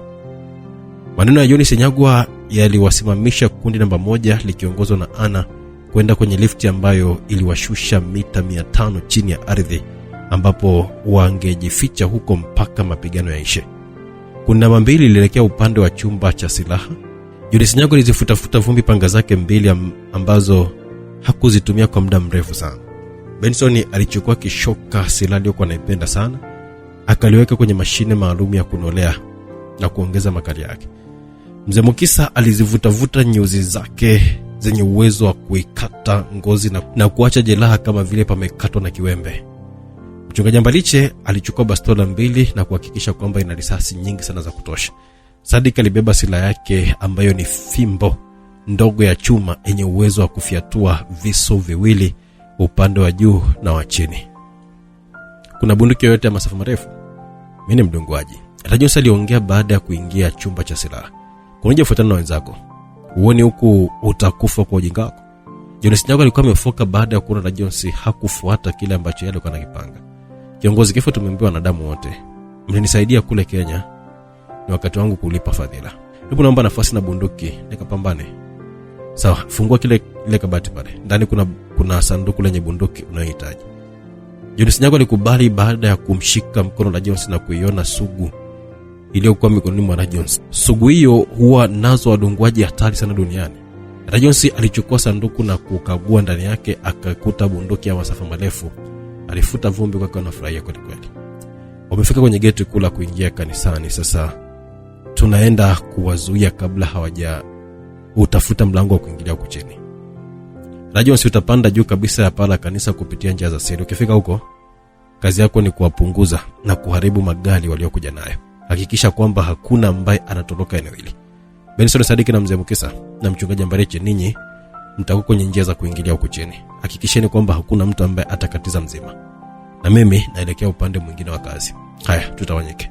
Jones Nyago alikuwa ameongea na kila mtu alitawanyika kuelekea upande wake wa kukiwasha. Upande mwingine wa simulizi. Karibu Mchungaji. Mlinzi wa geti la kanisa la Freedom aliyekuwa anachungulia kupitia tundu la geti aliondoa hofu na kumkaribisha Neema Mbariche baada ya kumwona ameshuka kwenye moja kati ya gari 4 zilizokuwa zimekuja eneo hilo la kanisa. Asante sana kijana wangu, Neema Mbariche alikuwa amejibu. Vipi, nifungue geti? Mna kikao ndani? Ndio, fungua kisha uje nikupe maagizo ya msingi hapa. Neema Mbariche alikuwa ameongea. Mlinzi baada ya kufungua geti alitoka na kumsikiliza huyo mama mchungaji. Tunaone paradiso. Neema Mbariche alipeleka kisu kwenye kifua cha mlinzi upande wa kushoto na kukichomoa. Mlinzi alianguka chini huko akiwa anatupa miguu. Neema Mbariche alikuwa ameanza kuonesha unyama aliokuwa nao. Alijifutia kwenye nguo yake kisu chenye damu ya mlinzi. Kakasombepe na kikosi chake cha watu 10 walishuka kwenye gari wakiwa na bunduki zao. Tunaingia ndani, tunawafyeka wote na kuondoka na mzigo ambao umetuleta hapa. Dakika 40 zinatosha kabisa kumaliza hii kazi. Twendeni. Kakasombepe akiwa pembeni ya Neema Mbariche aliongezea morali ya askari wake wenye uwezo mkubwa sana kimapambano. Jones Nyago na watu wake walikuwa tayari kuwazuia Mganga Sombepe na kikosi chake cha Black Sand kuchukua madini ambayo walikuwa wameyafuata hapo. Dakika chache mapigano yalikuwa karibu kuanza kwenye kanisa la Freedom Church. Nyumba ya ibada ilikuwa inakwenda kugeuka kuwa uwanja wa mapigano makali na umwagaji wa damu. Msikilizaji, tuko hapa tukiwa tunaelekea mwishoni mwa simulizi yetu. Anguko kubwa ikiwa inaelekea mwishoni kabisa. Na tuko ndani ya Freedom Church ambako chini kuna makazi ya siri ya Jones Nyago yaitwayo Tere. Baki na mimi tumalizie mkasa huu wa kusisimua kweli kweli. Nikushukuru kwa kuwa nami tangu mwanzo mpaka hapa. Ulilipia kuipata simulizi, basi saluti nyingi sana kwako popote ulipo. Na unayefuatilia kupitia channel ya Simulizi Mix, basi saluti nyingi za kutosha. Tumalizie simulizi yetu kama ifuatavyo. Jones akiwa na bunduki yenye uwezo wa kufyatua risasi kwenda masafa marefu alipanda ngazi zilizokuwa ziko nyuma ya jengo la kanisa na kumfikisha juu ya paa. Alilala sehemu nzuri na kuweka vizuri lenzi ya bunduki na aliweza kuona upande wa getini. Aliwahesabu askari wa Black Sand waliokuwa wanaingia na idadi yao ilikuwa ni 8. Askari wa Black Sand walitawanyika haraka na kuchukua nafasi za kujificha. Jones alikuwa ameshindwa kufyatua risasi, alisubiri wajitokeze tena ndipo awapelekee moto. Baada ya dakika 1.5 upande wa getini waliingia watu wengine 4. Jones aliweka kwenye target 2 na pembeni akamfyatua risasi 2 ambazo zilitua kwenye shingo na kichwa cha askari hao 2 wa Black Sand waliogawana risasi. Walianguka chini kama mafurushi. Na Mbariche alimkumbatia Mganga Sombepe kwa hofu baada ya kuona walinzi wao 2 wakiwa wameangushwa chini. Jones akaachia tabasamu la kufurahishwa na kazi yake iliyotukuka. Alikuwa kibunduki yake vizuri na kumweka kwenye target Mganga Sombepe. Alifyatua risasi 2 mfululizo mpaka sekunde 5 zinakatika, hakumuona mtu huyo akianguka chini. Alifyatua risasi nyingine 2, bado Mganga Sombepe hakwenda chini. Jones alishangazwa na kitendo hicho. Risasi 4 hazikumwangusha mtu huyo. Alijua mtu huyo hakuwa binadamu wa kawaida, huenda likawa jini. Black Sand walianza kushambulia kuelekea kwenye paa la kanisa. Baada ya kugundua sehemu hiyo alikuwa amejificha mdunguaji aliyekuwa anawazuia na wakifanya mchezo atawashusha wote chini. Jones alihamia eneo jingine na kukimbia moto wa Black Sand ambao ulianza kufyatua risasi za moto kuelekea upande wake. Black Sandy wakiongozwa na mganga Sombepe waliingia ndani ya kanisa mpaka madhabahuni. Mganga Sombepe akiwa na kifaa chake kidogo mfano wa simu kilimonyesha eneo hilo la madhabahu, ndipo kwenye mlango wa kuingilia jengo la chini yalipokuwa yamefichwa madini. Mganga Sombepe alikunja vidole vyake vya mkono wa kushoto. Alipovikunjua, mfuniko mkubwa uliokuwa kwenye sakafu ukifichwa na kapeti la kanisa ulifunuka juu na kuonyesha ngazi zilizokuwa zinaelekea chini. Mganga Sombepe alikuwa na nguvu kubwa sana za kiganga na uchawi. Shukeni chini vijana wangu, tuna dakika chache sana za kuapa. Chinjeni kama kuku kila atakayejitokeza mbele yenu kuja kuwazuia. Mganga Sombepe aliongea kwa kuwa anamshika kiuno Neema Mbaliche na kumsogeza karibu yake. Hakulipa heshima eneo la madhabahu, walibadilishana ulimi akanyonyana huku akiwa na papa sana. Hapo wakifurahia sana kitendo hicho. Vijana wanne wa Black Sandy walishuka ngazi kuelekea chini. Walipofika sehemu kulikuwa kuna njia 4 za kupita, wakagawana wawili kila mtu na njia yao. Karibuni Jehanamu. Benson alijitokeza kwa kipiga makofi mbele ya askari wawili wa Black Sandy ambao walipita kwenye njia yake. Askari hao walianza kufyatua risasi kuelekea aliposimama Benson. Benson alidunda ukutani akajigeuza hewani na kurusha kishoka. Askari wa Black Sandy akakikwepa kwa kusogea pembeni. Benson alikuja kwa kasi akafyatuka mateke mawili ambayo yaliwatupa chini askari hao na kuachia bunduki zao. Hawakuwa kinyonge, walichomoa visu kwa ajili ya kumkabili Benson ambaye alikuwa yuko mbele yao. Benson alifumba macho alipofungua. Askari wa Black Sandy walikuwa wanatetemeka kwa hofu mpaka wakaangusha visu chini. Benson baada ya kuwajazia ubaridi wa hofu kwenye miili yao, alichukua kishoka chake akakizungusha kwa kasi, na aliposimama askari hao hawakuwa na vichwa. Miili yao iliyumba na kuanguka chini. Askari wawili wa Black Sandy waliopita njia nyingine walikutana na kisanga cha kofia inayozungushwa kwa kasi na mzee Mukisa. Kofia ilizunguka na kupasua vichwa vyao. Mganga Sombepe alijitokeza na kuidaka kofia na kuirudisha kwa kasi kuelekea kwa mzee Mukisa. Kofia ilikuwa na kasi sana. Mzee Mukisa aliruka sarakasi 5 kurudi nyuma. Bado kofia ilikuwa inamfuata. Aliziweka nyuzi zake kuzuia kofia. Nyuzi zilikatika na kofia ilimpata kifuani mzee Mukisa na kumwangusha chini, na kofia ikarudi mkononi mwa Mganga Sombepe. Silaha yako mwenyewe unashindwa kuizuia na bado unasimama njiani kunizuia? Utaweza kupambana na mimi kweli? Hebu njoo tuone. Mganga Sombepe aliongea. Mzee Mukisa aliyekuwa chini alijipangusa kupunguza maumivu ya kifua. Alikuja kwa kasi, alimpitia kwa kasi Mganga Sombepe na kwenda upande wa pili. Alirusha nyuzi zake zilizokuwa zimetoa kwenye shingo ya Mganga Sombepe. Mzee Mukisa alizivuta nyuzi kwa nguvu. Mganga Sombepe hakuvutika wala kusogea.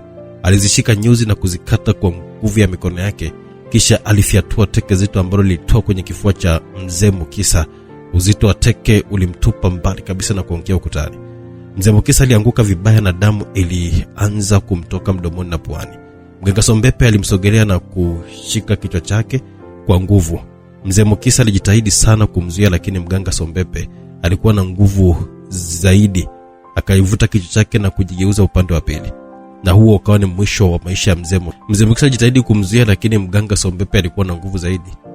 Alikivuta kichwa na kugeuzia upande wa pili. Na huo ndio ukawa ni mwisho wa mzee Mukisa, mtaalamu wa kucheza na kofia.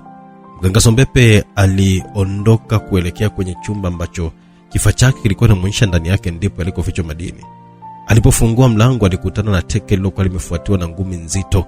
Zote alizipangua kwa ustadi, akaruka sarakasi na kuingia ndani ya chumba hicho. Unatumia nguvu alizokupatia mzee Mukisa baada ya yeye kupewa na jini kule baharini.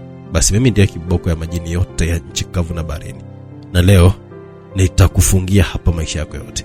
Mganga Sombepe alikuwa ameanza kuzungusha mikono yake na kutengeneza duara hewani. Jonas Nyago alielewa amebadilika na kuwa na nguvu za jini. Alikuwa nahisi mwili mzima umekuwa mzito ghafla, akashindwa hata kupiga hatua moja.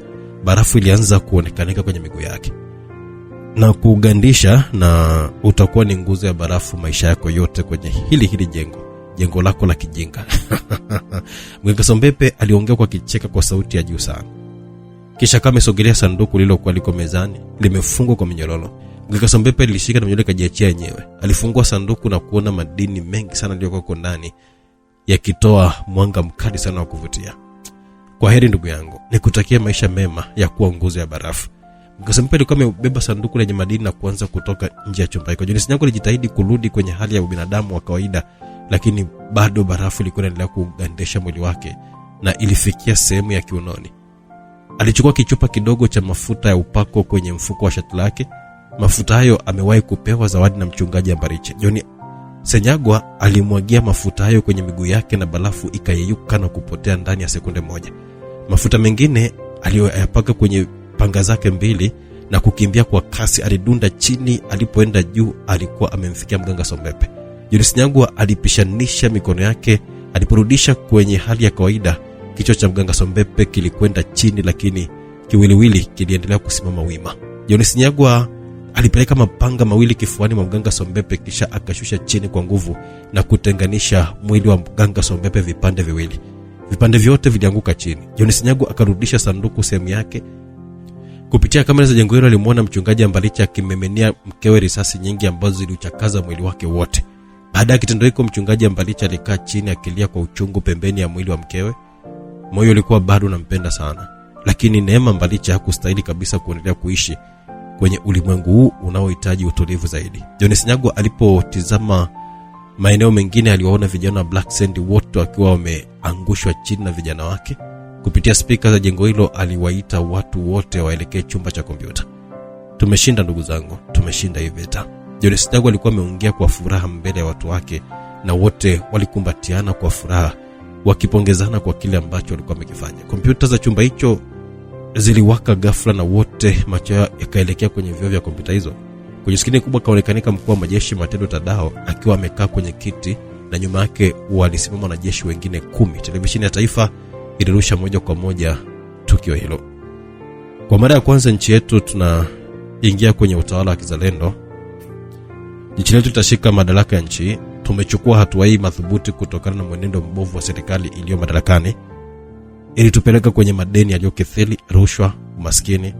Tutashikilia madaraka kwa kipindi cha mpito mpaka pale tutakapoona nchi imetulia. Tutaitisha uchaguzi mkuu. Kwa sasa hivi wananchi wote mnapaswa kudumisha amani, utulivu na kuleta ushirikiano kwa serikali yenu ya sasa.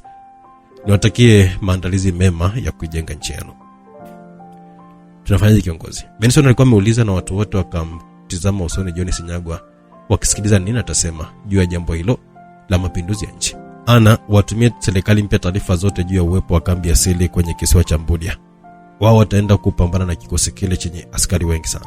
Tulio hapa hatuwezi kupambana na kikosi cha watu 800, na walipofika hapa ni wachache kuliko waliokuwa kule. Jones Senyagwa alijibu, sawa kiongozi.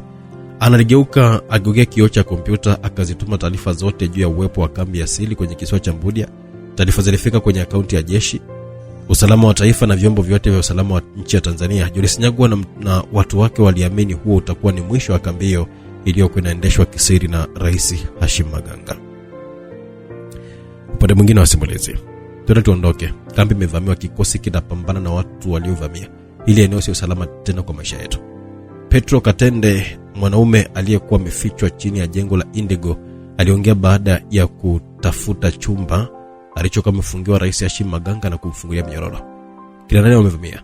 Rais Hashim Maganga alihamaki baada ya kusikia taarifa ya uvamizi. Ni jeshi la nchi, wapo wanajeshi wengi sana. Wanashambulia kwa mabomu na silaha nyingi sana. Na muda mfupi ujao wanaweza kuvunja geti la pili na kuingia ndani. Jeshi la nchi wamekuja kuniokoa?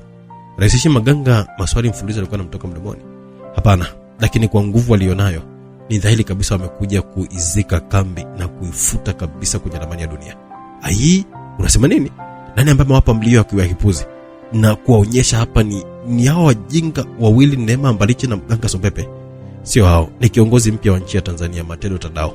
Kiufupi, nchi imeshapinduliwa. Sisi tunapaswa kukimbia haraka sana kabla wanajeshi hawajawazidi nguvu vijana na kutukuta hapa ndani. Petro Katende alipasua jipu bichi na kumsababishia maumivu makali sana Hashim Maganga. Nitamuua huyu mpuzi Matendo nikimkamata kwenye mikono yangu. Hashim Maganga aliongea kwa jazba huko akanapiga ukutani kwa ngumi yake. Hiko unachokifanya hapo hakiwezi kabisa kusaidia. Tumeipoteza nchi, tunapaswa kukimbia kabla aibu haijatukuta. Kuna helikopta upande wa pili kule. Nimesha zungumza na rubani, atatutoa hapa salama. Sawa, twende. Rais Hashim Maganga alikata shauri na kumfuata Petro Katende. Hashim Maganga alikubali kuitoroka kambi yake asili ambayo aliweka mabilioni ya fedha kuitengeneza. Kambi haikufuata tena kwa matumizi ya mipango yake. Walipita milango ya siri pasipo kuona na askari wa kambi, kwani wengi wao walikuwa kwa upande wa mbele kuwazuia wanajeshi wa nchi wasiweze kuvunja geti la pili na kuingia ndani. Kisiwa cha Mbudia kilitawaliwa kwa milio ya risasi na mabomu mfululizo. Hashim Maganga na mshirika wake wa miaka mingi Petro Katende waliingia kwenye helikopta na rubani alipandisha juu. Rubani alifanya kazi ya ziada kwa kumaridadi kukwepa mabomu na risasi zilizokuwa zimefyatuliwa kuzuia helikopta kuondoka. Tunaelekea wapi kiongozi? Rubani aliuliza baada ya kuifikisha helikopta usawa wa mbali sana, ambapo hao kuwa wakipokea mashambulizi ya risasi na mabomu kutoka kwa wanajeshi wa jeshi la nchi ya Tanzania. Tunaenda Uganda. Huko ndiko sehemu salama kwa ajili yetu kwa sasa. Hashim Maganga alijibu kwa kiona tizama uzuri wa nchi ya Tanzania. Roho yake ilimuuma sana kuondoka kwenye nchi aliyokuwa anaipenda sana na kutamani kuiongoza mpaka siku ambayo ataingia kaburini. Lakini kabla ya kufikia siku hiyo, rafiki yake wa muda mrefu mkuu wa majeshi Matendo Tadao aliingilia mipango yake na kumpokonya tonge mdomoni. Hashim Maganga alijenga chuki kubwa dhidi ya mkuu wa majeshi Matendo Tadao. Aliamini ipo siku atalipa kisasi kwa kile ambacho alimfanyia. Kwa sasa hivi hakuwa na budi zaidi ya kukimbilia Uganda, ambako angepata msaada kutoka kwa rafiki yake mwingine Dennis Katimba aliyekuwa anaiongoza nchi ya Uganda baada ya kupindua utawala wa kiraia. Helikopta ilitua chini salama baada ya kuvuka mpaka wa Tanzania na kuingia kwenye ardhi ya Uganda. Wote watatu walikuwa na furaha na amani baada ya kufika sehemu ambayo waliona ni salama kwa maisha yao sasa.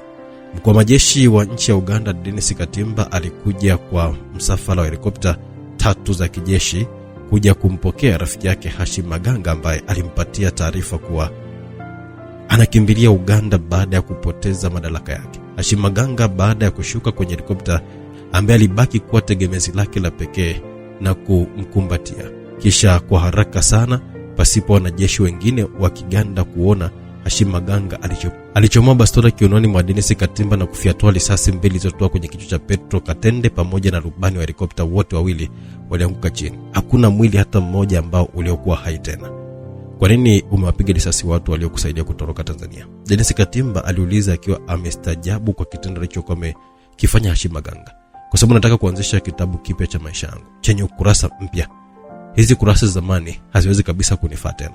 Nimeamua kuzichoma moto. Aise, umefanya jambo la kunifurahisha sana ndugu yangu. Hebu nileteeni pombe ninywe na kufurahi na ndugu yangu hapa. Tumuonyeshe ishara ya upendo wetu tulionao sisi Waganda. Wanajeshi wawili walioshika chupa ya pombe na mwingine glasi 2 walifika na kusimama mbele yao.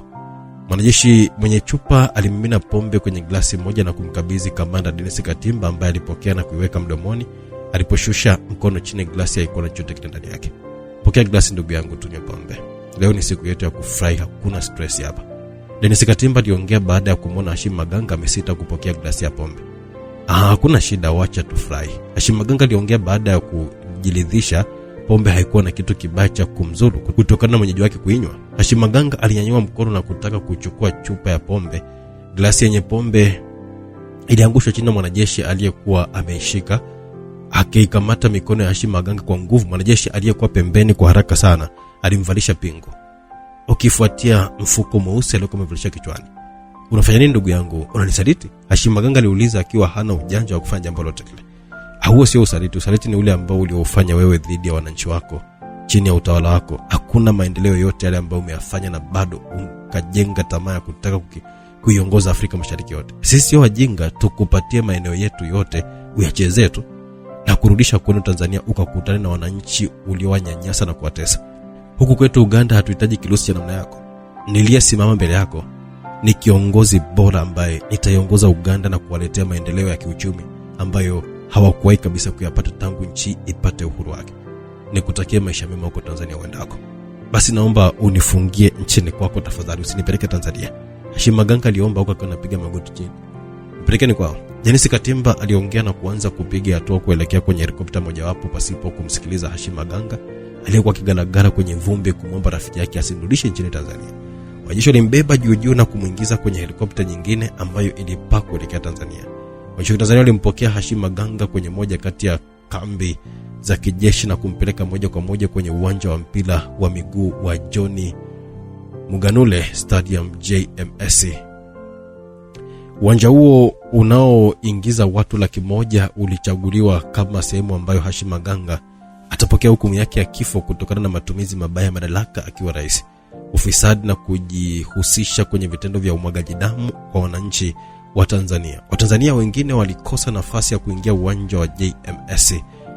Walikuwa wako mbele ya vioo vya televisheni zao wakishuhudia tukio hilo moja kwa moja kupitia televisheni ya taifa. Hashim Maganga alitolewa kwenye gari na kupandishwa kwenye jukwaa ambalo atapatiwa adhabu yake ya kifo. Naomba niseme maneno ya kuwaomba radhi wa Tanzania ndipo mtekeleze jambo hilo kwangu.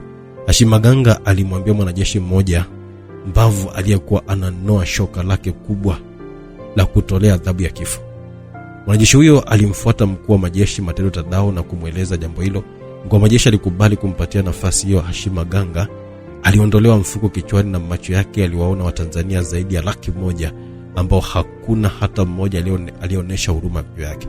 Wote walimwona anapoteza muda tu. Zimbabwe dakika chache sana kwangu kuvuta pumzi ya dunia hii. Leo ndo nimejua maisha ni kitu cha muhimu sana kwa binadamu yeyote yule.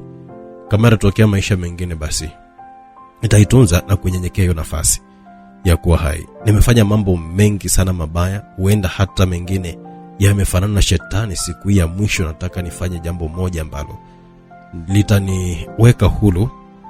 Siku hii ya mwisho nataka nifanye jambo moja ambalo litawaweka huru watu wengine nao pia wafurahie maisha ambayo mimi niliyachezea. Kwenye kanisa ambalo nilijenga kule mkoani nilipozaliwa Singida, kwa chini kuna handaki ambalo ni gereza la siri.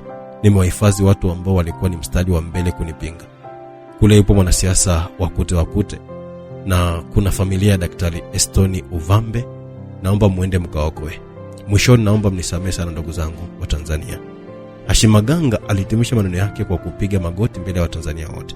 Hashim Maganga alivalishwa mfuko mweusi na wanajeshi wawili walimbeba na kuweka kichwa chake kwenye kipande cha gogo. Mwanajeshi aliyekuwa na shoka alinyanyua shoka na alipolishusha kwenye shingo ya Hashim Maganga, kichwa kilianguka chini, na huo ukawa ni mwisho wa maisha yake duniani na kuwa ndoto zake kubwa za kuwa rais wa Afrika Mashariki.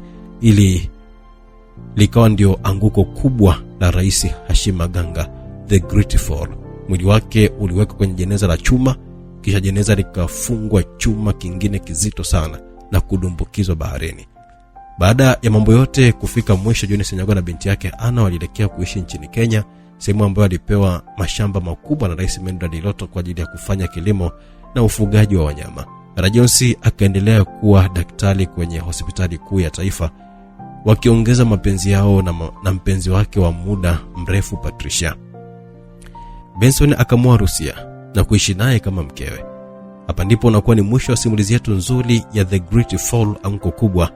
Nikushukuru wewe ambao ulikuwa pamoja nami tangu mwanzo wa simulizi mpaka tunafunga kurasa hii ya mwisho kabisa. Naamini kwamba umejifunza, umesisimka na kuburudika pia. Mungu akubariki sana, na naomba tukutane kwenye simulizi nyingi zinazofuata. Anasema Rajons kupitia mkono wangu wa uandishi. Naitwa Rajons John kutokea familia ya Rajons Stories. Mwisho. Mimi sauti ninayopata kuisikia director Owen kutokea Simulizi Mixi. Naona kuwa ni mwisho wa kigongo hiki kikali kweli kweli kinachokwenda kwa jina la The Great Fall, anguko kubwa. Mwisho wa simulizi ni mwanzo wa simulizi nyingine kali kutoka hapa Simulizi Mixi. Kama tunavyofanyaga siku zote, itakuja nyingine. Simulizi inayokuja kutokea hapa ni Aisha wa Uswazi. Aisha wa Uswahili ni simulizi moja ambayo imejaa vituko vya kila aina. Usicheze mbali na Simulizi Mixi. Utapata kujua nini kilijili ndani ya simulizi hiyo kali kweli kweli, yenye mafunzo na burudani ya ukata na shoka. Aisha wa Uswazi. Tukutane huko.